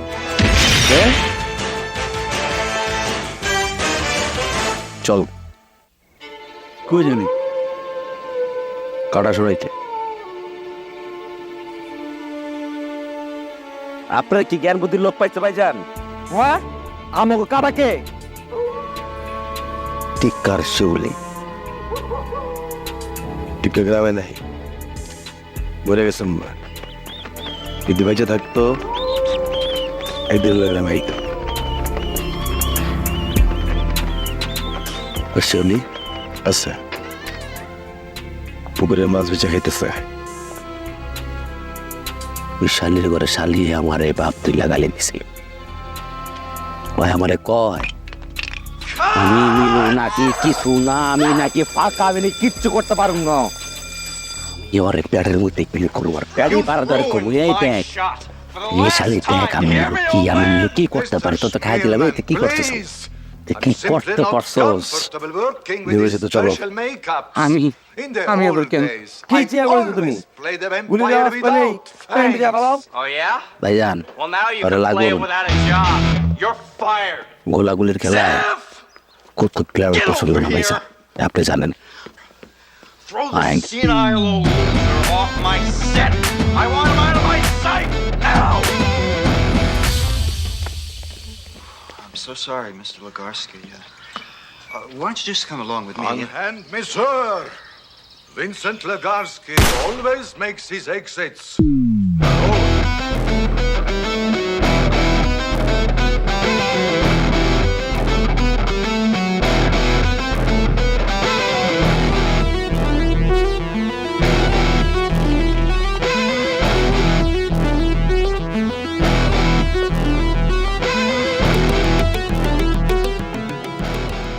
ভাইজান কি দেখলাম লেঞ্জু গুড়া ভিতরে ঢুকছে কই জালি বাইরো এনকারেঙ্গা তেনকারেঙ্গা কিছু করতে পারবি না না আর মিলু সামনে আয় শুনে Touch of the Vampire. He survived by a daughter. বাইরো সাউন্ডটা ভিতরে এসে দিয়ে যা দেখি কত বড় বাপের পোলা হইছে The only time a man should wear makeup on his face is after he's been embalmed. Sledge, how do you always manage to say horrible things? It's easy. I just use the English language. Spilled salt. Bad luck. Know what you have to do. কিরে কই গেলি রে তোরা Those superstitions are ludicrous, Duro. মায়ের দুধ খায় থাকলে সামনে আয় জানোয়ারের বাচ্চাগুলা উপস্থিত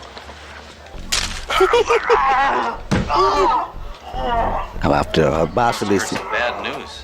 agai shunne agai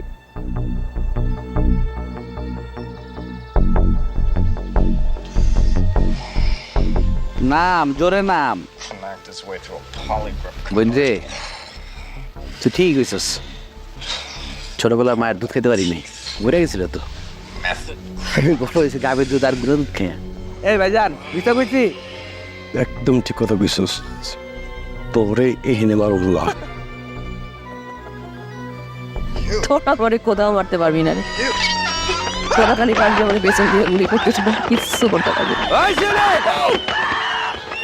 তোরে তোরে এখানে মারব না তোরে ধরে যাবো Just like I said, every last drop of blood's been drained মাগুর from মাছা the পুকুরে victim's ফালামো body. I haven't seen a man bled this dry since the Decorian divorce. দেখবো তোর মাগুর মাছ কেমনি ছিঁড়ে ছিঁড়ে খাইব এই ভাইজান আপনি তো ভালো কথা মনে করছেন আরে মাগুর মাছটি ও গায়া I'll চিমায় tell you, রয়েছে I haven't seen anything পরে like যে this ভাজা in my মাংস পায় 12 না years as a coroner. Seen anything like কিন্তু this in my ওই 6 years as a cop. I haven't হয়তো seen ভোগ anything না like তো this মাংস in my com 49 years as a man. সমস্যা নাই Sledge, ছেড়া you're দিই only 40. I মাগুর was মাছ a কুচেলি man করতে 9 মাংস years before I was born. কারণ আর একটু ভালো করে আর শক্ত করে বাঁধিস What's the details on আর তো আবার Mr. Rigormortis here, Norman? The আর শরীরে deceased না was one Stephen Singh Smillman, মাছের মতো a তেল movie তেলা director. We haven't had any luck locating Alright. any of his আয় next কেউ of বলে kin. ধরতে আসবি না That's just as well. Hate to see a relative come down. আমি with a dead Shiuli body. It's white as a sheet. আমি Yeah. ফাঁসির Don't worry, I'll মঞ্চেও fix আমার him up. I Cena keep the টান sound down কইরা tomorrow. খাড়ায় ও নীলু ভাই বাইরে আমার Inspector Hammer, ওই তো একলা the মরতে only চায় না interesting thing we R found is O the সঙ্গী script. সাথে লিয়া মরতে চায় আনসার আনসার ছাড়া মরবো না না This must be the movie the poor তাই Joker was বলে working on যা before he bought it. ভাই আনসার নিয়ে যেতেছে answer co ¿Entiendes de cuidar? That's the movie Vincent Legarsky was working সুন্দর করে খুঁজে আনতেছি তুই যা লয়ে যা Sledge, I আপনি think কি we should একলা go to the থাকবেন studio. That's আমি কি একলা আছি আইজান আছে না উস্তাদ আছে না বইনে আগাই যা যা আট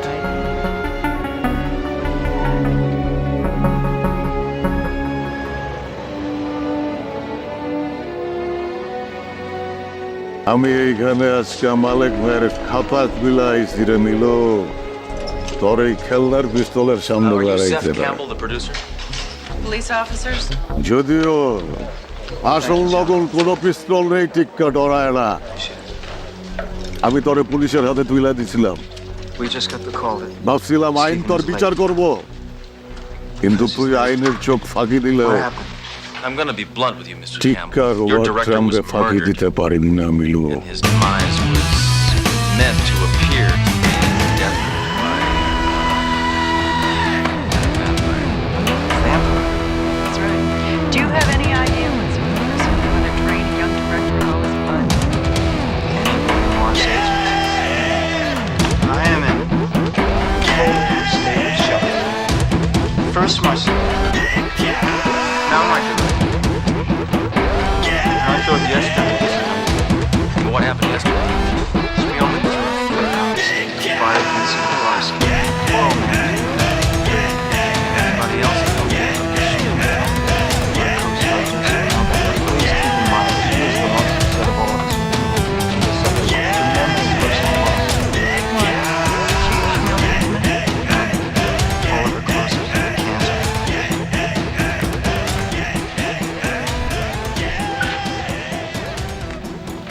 চোখের সামনে যে জমদারে খাড়ায় থাকতে দেখতেছস তার পরিচয় আবার দেই আমি ট্রেনে চাই পাই গ্রামে আসা একটা পোলা ফাঁসমান ভেলা নাম হইছে টিক্কা যে ট্রাম্পে খেলে না ওভার ট্রাম্পের player autographs, please. I'm rather. শুনে খুশি হলাম ভাইজান We're not fans. কিন্তু ওভারটাইমের Tell card us about Schmielman. Stephen? এখন আমার হাতে Yes, dear. তুই আমার দিকে পিস্তল তাক He করছিলি was a genius, কাঁপতে কাঁপতে ট্রিগার চাপতে ভুলে great গেছিলি artist, and a wonderful মনে আছে being. আমি Without him, এইখানে আজকে মালিক ভাইয়ের খাতা I বিলাইছি don't রে know নিল what I'll do. তোর এই খেলনার পিস্তলের সামনে দাঁড়াইছে না Actually, Miss Novak, we'd prefer to ask যদিও questions on a more আসল investigatory নকল কোনো nature. পিস্তল নেই টিক্কা ডরায় না That's all the statement I care to give. আমি তোরে পুলিশের হাতে তুলে দিছিলাম Would you like to take a ভাবছিলাম আইন তোর বিচার করব Why would we কিন্তু want to do তুই that? আইনের চোখ ফাঁকি দিলেও Aren't you টিক্কা pressed? রোবট ট্রাম্পে ফাঁকি দিতে No, পারিনি not না pressed. Milu Police officers. Are you telling And- me that I've just wasted a And- perfectly brilliant crying jag on a R couple Suma of দেবো non-media খুশি একটা সুমা দেবো peons? তারপরে তুই ভাই ঘনাগুলি কইরা তা ফাড়াই দেন এখন তুই ফাটার আগে ভাইটা সালাম দিয়ে সংস্থায় কি কইছে নাম কি একদম সামনে আবি যা পিছে যা যা মরার সাহস তোর নাই রে মিলু নিজের হাতের দিকে তাকায় দেখ কাঁপতাছে চোরের দম দিলে এখনই পিসাব করে দিবি টিক্কা ভেতরে লাভ নেই শিলুয়ে পাড়াইতেছে শিলু যাও তোমাকে পড়বো শিলু যাও গা You're nothing but a stinking drunk spreading wild rumors. Now why don't you sober up and get a job? এই টিক্কা তোমারে খুঁজে নিব Really? তোমার বাড়ির সামনে আমারে গুলি করছিল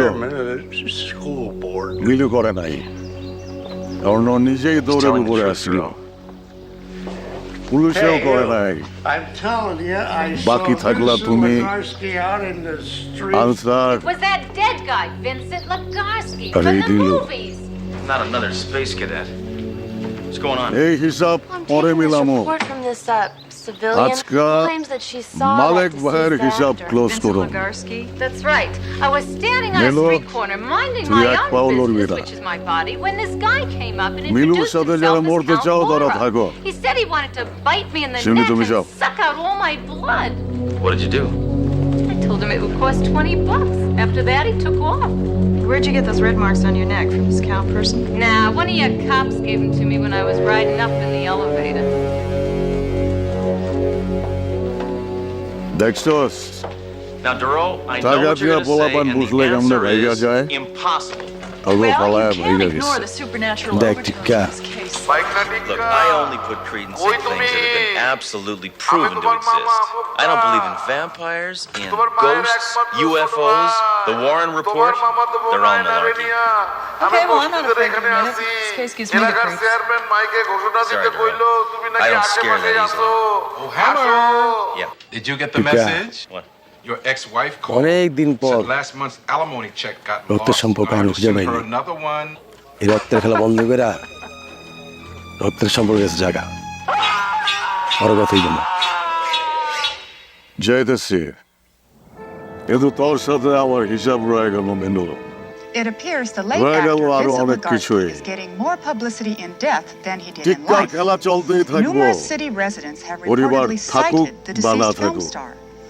Police refused to এই comment আবেগ শেষ হওয়া and are also পর্যন্ত remaining অপেক্ষায় silent on their investigation of the bizarre murder of চল। movie director Steven Spielberg. Incidentally, our station will be showing several Vincent Legarsky's old films starting tonight. Here's a preview.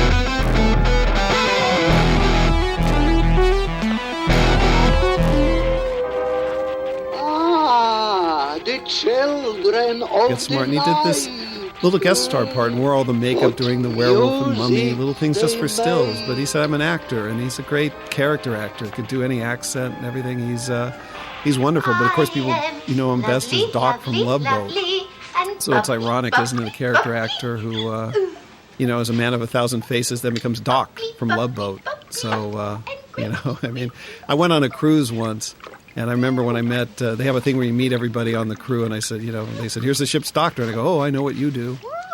Because I've seen Love Boat. And I met the captain. I said, will we see combat, sir? And he didn't laugh. And then I got drunk on the cruise. Here's Greta taking this wonderful bath and going to meet a bizarre end. This was a mystery plot that was going on, through this. And this is very inventive direction from Bill Bixby. He really got into this. I really love that about him. He's just really committed to these things. But, he got into the spirit of it, dealing with celebrity and Hollywood and everything. Right now, in the world, there's so many celebrities. You used to have to just have talent to be a celebrity, but now fame and infamy are one and the same. When? Mark McGuire Why? gets the same, number of All right, people I'll be wanting right his autograph as Monica Lewinsky. And I forgot to ask they where. both scored. So, but I think they both wrote books. I guess this is ahead of the curve when I look at this, because this was dealing with the paparazzi. Why all the extra police photography? And the oppressive paparazzi. Now, you deal with that a lot, but, at this time, this was unusual to be, indicting them. My only experience with them, I went to a funeral Apparently Zev Campbell of somebody called them who was a with celebrity. desperately And it was bizarre to pull up. You're in your thoughts, you're sad, and you're depressed about a person dying. They pulled up to the chapel, and there are Entertainment Tonight trucks out there, and all these reporters. And when you came out to file out from the funeral, they had like a checklist, like a VIP list. They were looking to get the other stars that were there. So like I walked out and there was a camera, and he he's nobody. No, and they were rushing over to get to the famous people that were at this funeral. And so that was my thinking, behind this, because you live a high-profile life, and it means you also have a high-profile death, and it's a very strange thing, to be famous. But now everyone's famous. They have like the show American Idol that's just spewing out fame. Somebody's getting famous every other week. There are too many American Idols. There's just a whole records, section of the record store. Like the CDs are all American Idol. There are too many people getting their 15 CDs of fame, going on there. But so I was thinking about that, definitely a lot. They are vultures, man. They really are. Condoning the occult was kind of a riff on the Thriller video that was popular then, saying I can't condone belief in the occult, which I found funny. This nonsense. And, I guess this is have a bit of an X-Files feel, but it is a mystery, going on. This next scene, I wrote one thing, which is Hammer, You're the only person bringing a coffin into the, the station. And Bill Bixby and David Rossi turned it into something so much more. Vampire mumbo jumbo. I'm so grateful that they did. That's what I mean about Bill. Was just very inventive, very committed director, and he'd really get into things. He'd call you every night or call you on the weekend excited about the footage he shot. He was just the dearest man in the world. And David Rossi, one of his finest hours. Don't you enjoy the subtlety of that? But the setup, obviously, as Trunk says, keep it discreet. But they made much more of this than what I wrote, and I'm grateful for it. I mean, it's just wonderful.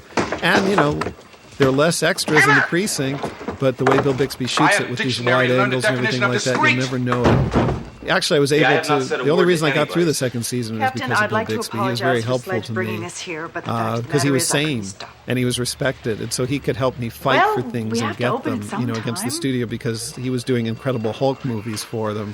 Let's get this they were doing Trial of the Incredible Hulk and Lunch with the Incredible Hulk. Something that's going to make us Incredible all Hulk feel a meets lot Abbott better. Costello or something like that. They kept revising them. They needed him to do those, and so he had a long-term relationship with them, and so he was very, very helpful. He was very, very helpful to me.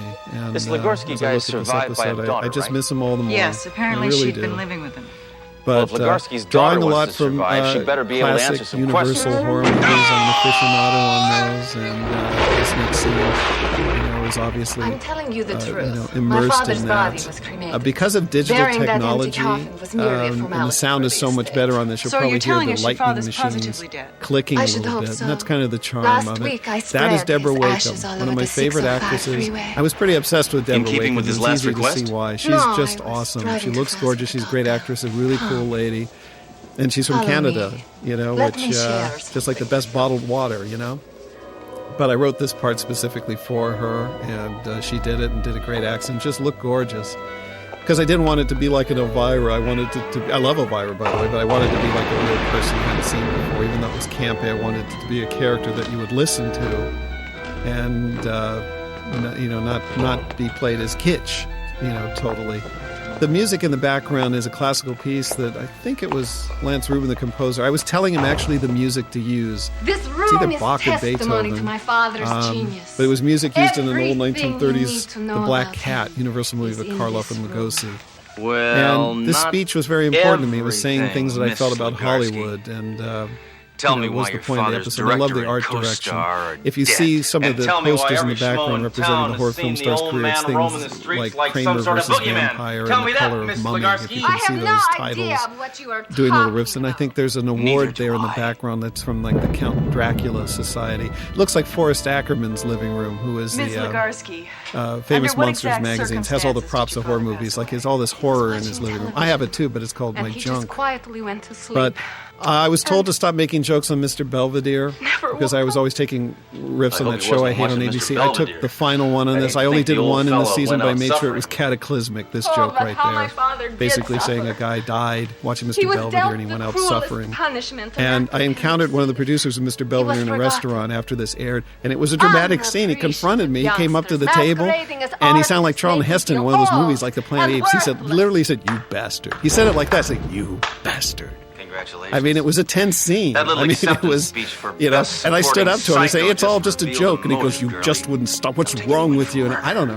That's why I've gone out of my way to slap Mr. Belvedere about 80 times in this disc in the commentary. I'm going to say it again right now. Mr. Belvedere, it sucks. It's not out on DVD yet. And it won't come out. I predict it won't come out because if it comes out, it won't sell. Except I'd buy them all and I'd burn them and create heat. The show is horrible. It's just the worst show ever done. Now it's according to Jim, but it's not as much fun to bash that one. But I never forgot that, you bastard. Saying that in a restaurant. I was on a date too. She didn't know what was going on. Thought it was a process server. Yeah, it was kind of bizarre to explain to her. She said, what's that about? And I said, the producer, Mr. Belvedere. So angry at me. But I love this speech that Bernie gives. And the reactions to it. He really gets cranked up. They put a thunderclap in there. We had to cut away from him a little bit. We should have probably stayed on a little bit more. But I love when he goes, yes. Because he kind of does a Jewish riff after it. He works up all this dramatic crescendo. And this is a Jewish riff. Does that answer your question? I'm good with Jewish riffs, by the way, because I told you my last name is Spencer, but I'm half Jewish. I am. Half Jewish, half Catholic. One pennant each. I was raised in Jewish. I chose Jewish because I was raised in the guilt of my choice. So that's how I was raised. I love these reactions. Watch Deborah wake up. I was looking for excuses to bring Deborah back. She's in another episode called Moral Dearest. Everybody, it was like a running joke because I was looking for ways to bring Deborah back to the show. Like if there's a garbage man in overalls, hey, Deborah would be good for that. I was kind of doing a reach there, but I'm going to call her when it's done. We're friends. She's a great person. I miss her. I sang that a lot, aren't I? I'm praising everybody. They're great. Because if I don't, I could get sued. So I'm just saying everyone's great. Mr. Belvedere's fictitious, so I could say he stinks. So that's fine. And, here we are for the denouement of the mystery. And, people complimented me and some of the reviewers on the plot for this episode held together better than episodes of Monk I've seen. Saw an episode of Monk where jurors were walking through a house of somebody that was on trial, and one of them saw a body hidden somewhere. And then blackmailed the guy. I said, "What?" I don't know. I'm always amazed all of these shows, Murder, She Wrote, and things like that. That older viewers diagnose as murder. They said older viewers love Murder, She Wrote. I would have thought they would like to watch a show about eternal life. I mean, if you're old, why do I want to watch murder and death or something like that? I just could never figure out why there would be an appeal for that show. But Bud Cort is just such a thrill to have Harold from Harold and Maude doing the words. He altered it. To make me feel a little bit. I think you'll see it in the original script. He was put down more, and they altered it a little bit because it's like Bud Cort. We didn't want to totally put him down. I think we said he was ugly and unattractive, I think he said unworthy and unattractive, which is fine because it's Bud Cort. But why did you kill Jessica? Really happy that he did this. It was such a coup. People couldn't believe he did it. But he liked the script. He liked what it had to say. This film's going to make a million by the time the mystery holds together here and pretty well. I don't know if you guessed that he was behind all of this. Maybe you did because he was the guest star. Maybe because all the other characters died and he's the only one left from the guest star. Unless it was the drunk. Unless it was like the drunk at the counter. I think he's the only one that could have done it. Or one of the other reoccurring characters could have been DeRoe, but it would have been difficult for her to come back if she had murdered somebody. It would be very, very hard to get past that. This episode's popular too in England, where the show is popular. Maybe it's because it's dealing with people that are literate, I suppose. But that was a little mechanical bat on batteries. Look kind of. I don't want to say look kind of real, but look kind of cool, we shall say. But Bill made a lot out of this scene, which is kind of creepy. Hammer getting the blood drained out of him, and that little statue you saw in the background fleetingly on there at the counter is John Wayne. It is John Wayne. Yes, Hammer does have John Wayne's memorabilia in his apartment. But I just love Bill would go for things. If he wrote something like, the bat sits in his neck, he would make it the most dramatic thing possible and really go for it. Maybe it's the Hulk experience. Maybe it's from that saying, don't make me angry. But I loved how he did that. And also I love his little squeak when the bat is shot. That just makes it perfect. And believe it or not, this was a network note. Don't kill the bat. It's cruelty to animals because they get complaints. Do not kill the bat. So we didn't. So we just winged him. And that played into things just fine. So bizarre. And then it winds up being better, and he goes, and Bud, gets to, listen to it, and then you get to show that I had to show it's still alive, so that's what we did. So we showed it, hooked up the IV, so that people wouldn't get upset that Hammer didn't shoot a bat. Can you believe this stuff? And yet they have commercials for exterminated. Nobody's sparing mice. or the Roach Motel. Wonderful I mean, they excuse for don't a check human out. They're proud of that, but Sledge, this whole affair whatever. has They're been just sponsors, so they rule the day. We do whatever they Probably want. turned out to be a terrific movie. But it's funny. the only ending of person this that turned episode, out not to be a monster I wanted to was the old dedicate man to who was Bela playing Lugosi. one. Vincent Lugosi. Bela Lugosi's son is an Everything will attorney. happen If you to look in the phone book, it says Bela Lugosi same thing attorney. that It's not a happens to any joke. I mean, old-time he's a movie really star, good yes. attorney too. He fought What's for the that? rights of likenesses live of old stars that the families could forever. get revenue from that. And protect those images, but they wouldn't let me do a tribute. They said network standards policy is you can't do a tribute. You can't do a tribute. So I figured out a way. They said since I couldn't do Bela Lugosi, I just put a name in memory of Mr. Blasco. Nobody knew what it meant. The network didn't know, and I wouldn't tell them. I said, hey, it's fictitious maybe, but horror fans knew. Even the cast didn't know who's Mr. Blasco. Bela Lugosi's real name is Bela Blasco. So I figured a way around it. I could always trick the network. I wound up getting my tribute to Bela Lugosi in a better way too, because it was his real name. So, I fooled him. So I'm very fond of that episode. I love the movie Ed Wood. So I'm glad I got to pay tribute to Bela Lugosi and some of the older stars of Hollywood. And you know what? Treat the elderly well, because you're going to be one day. Okay.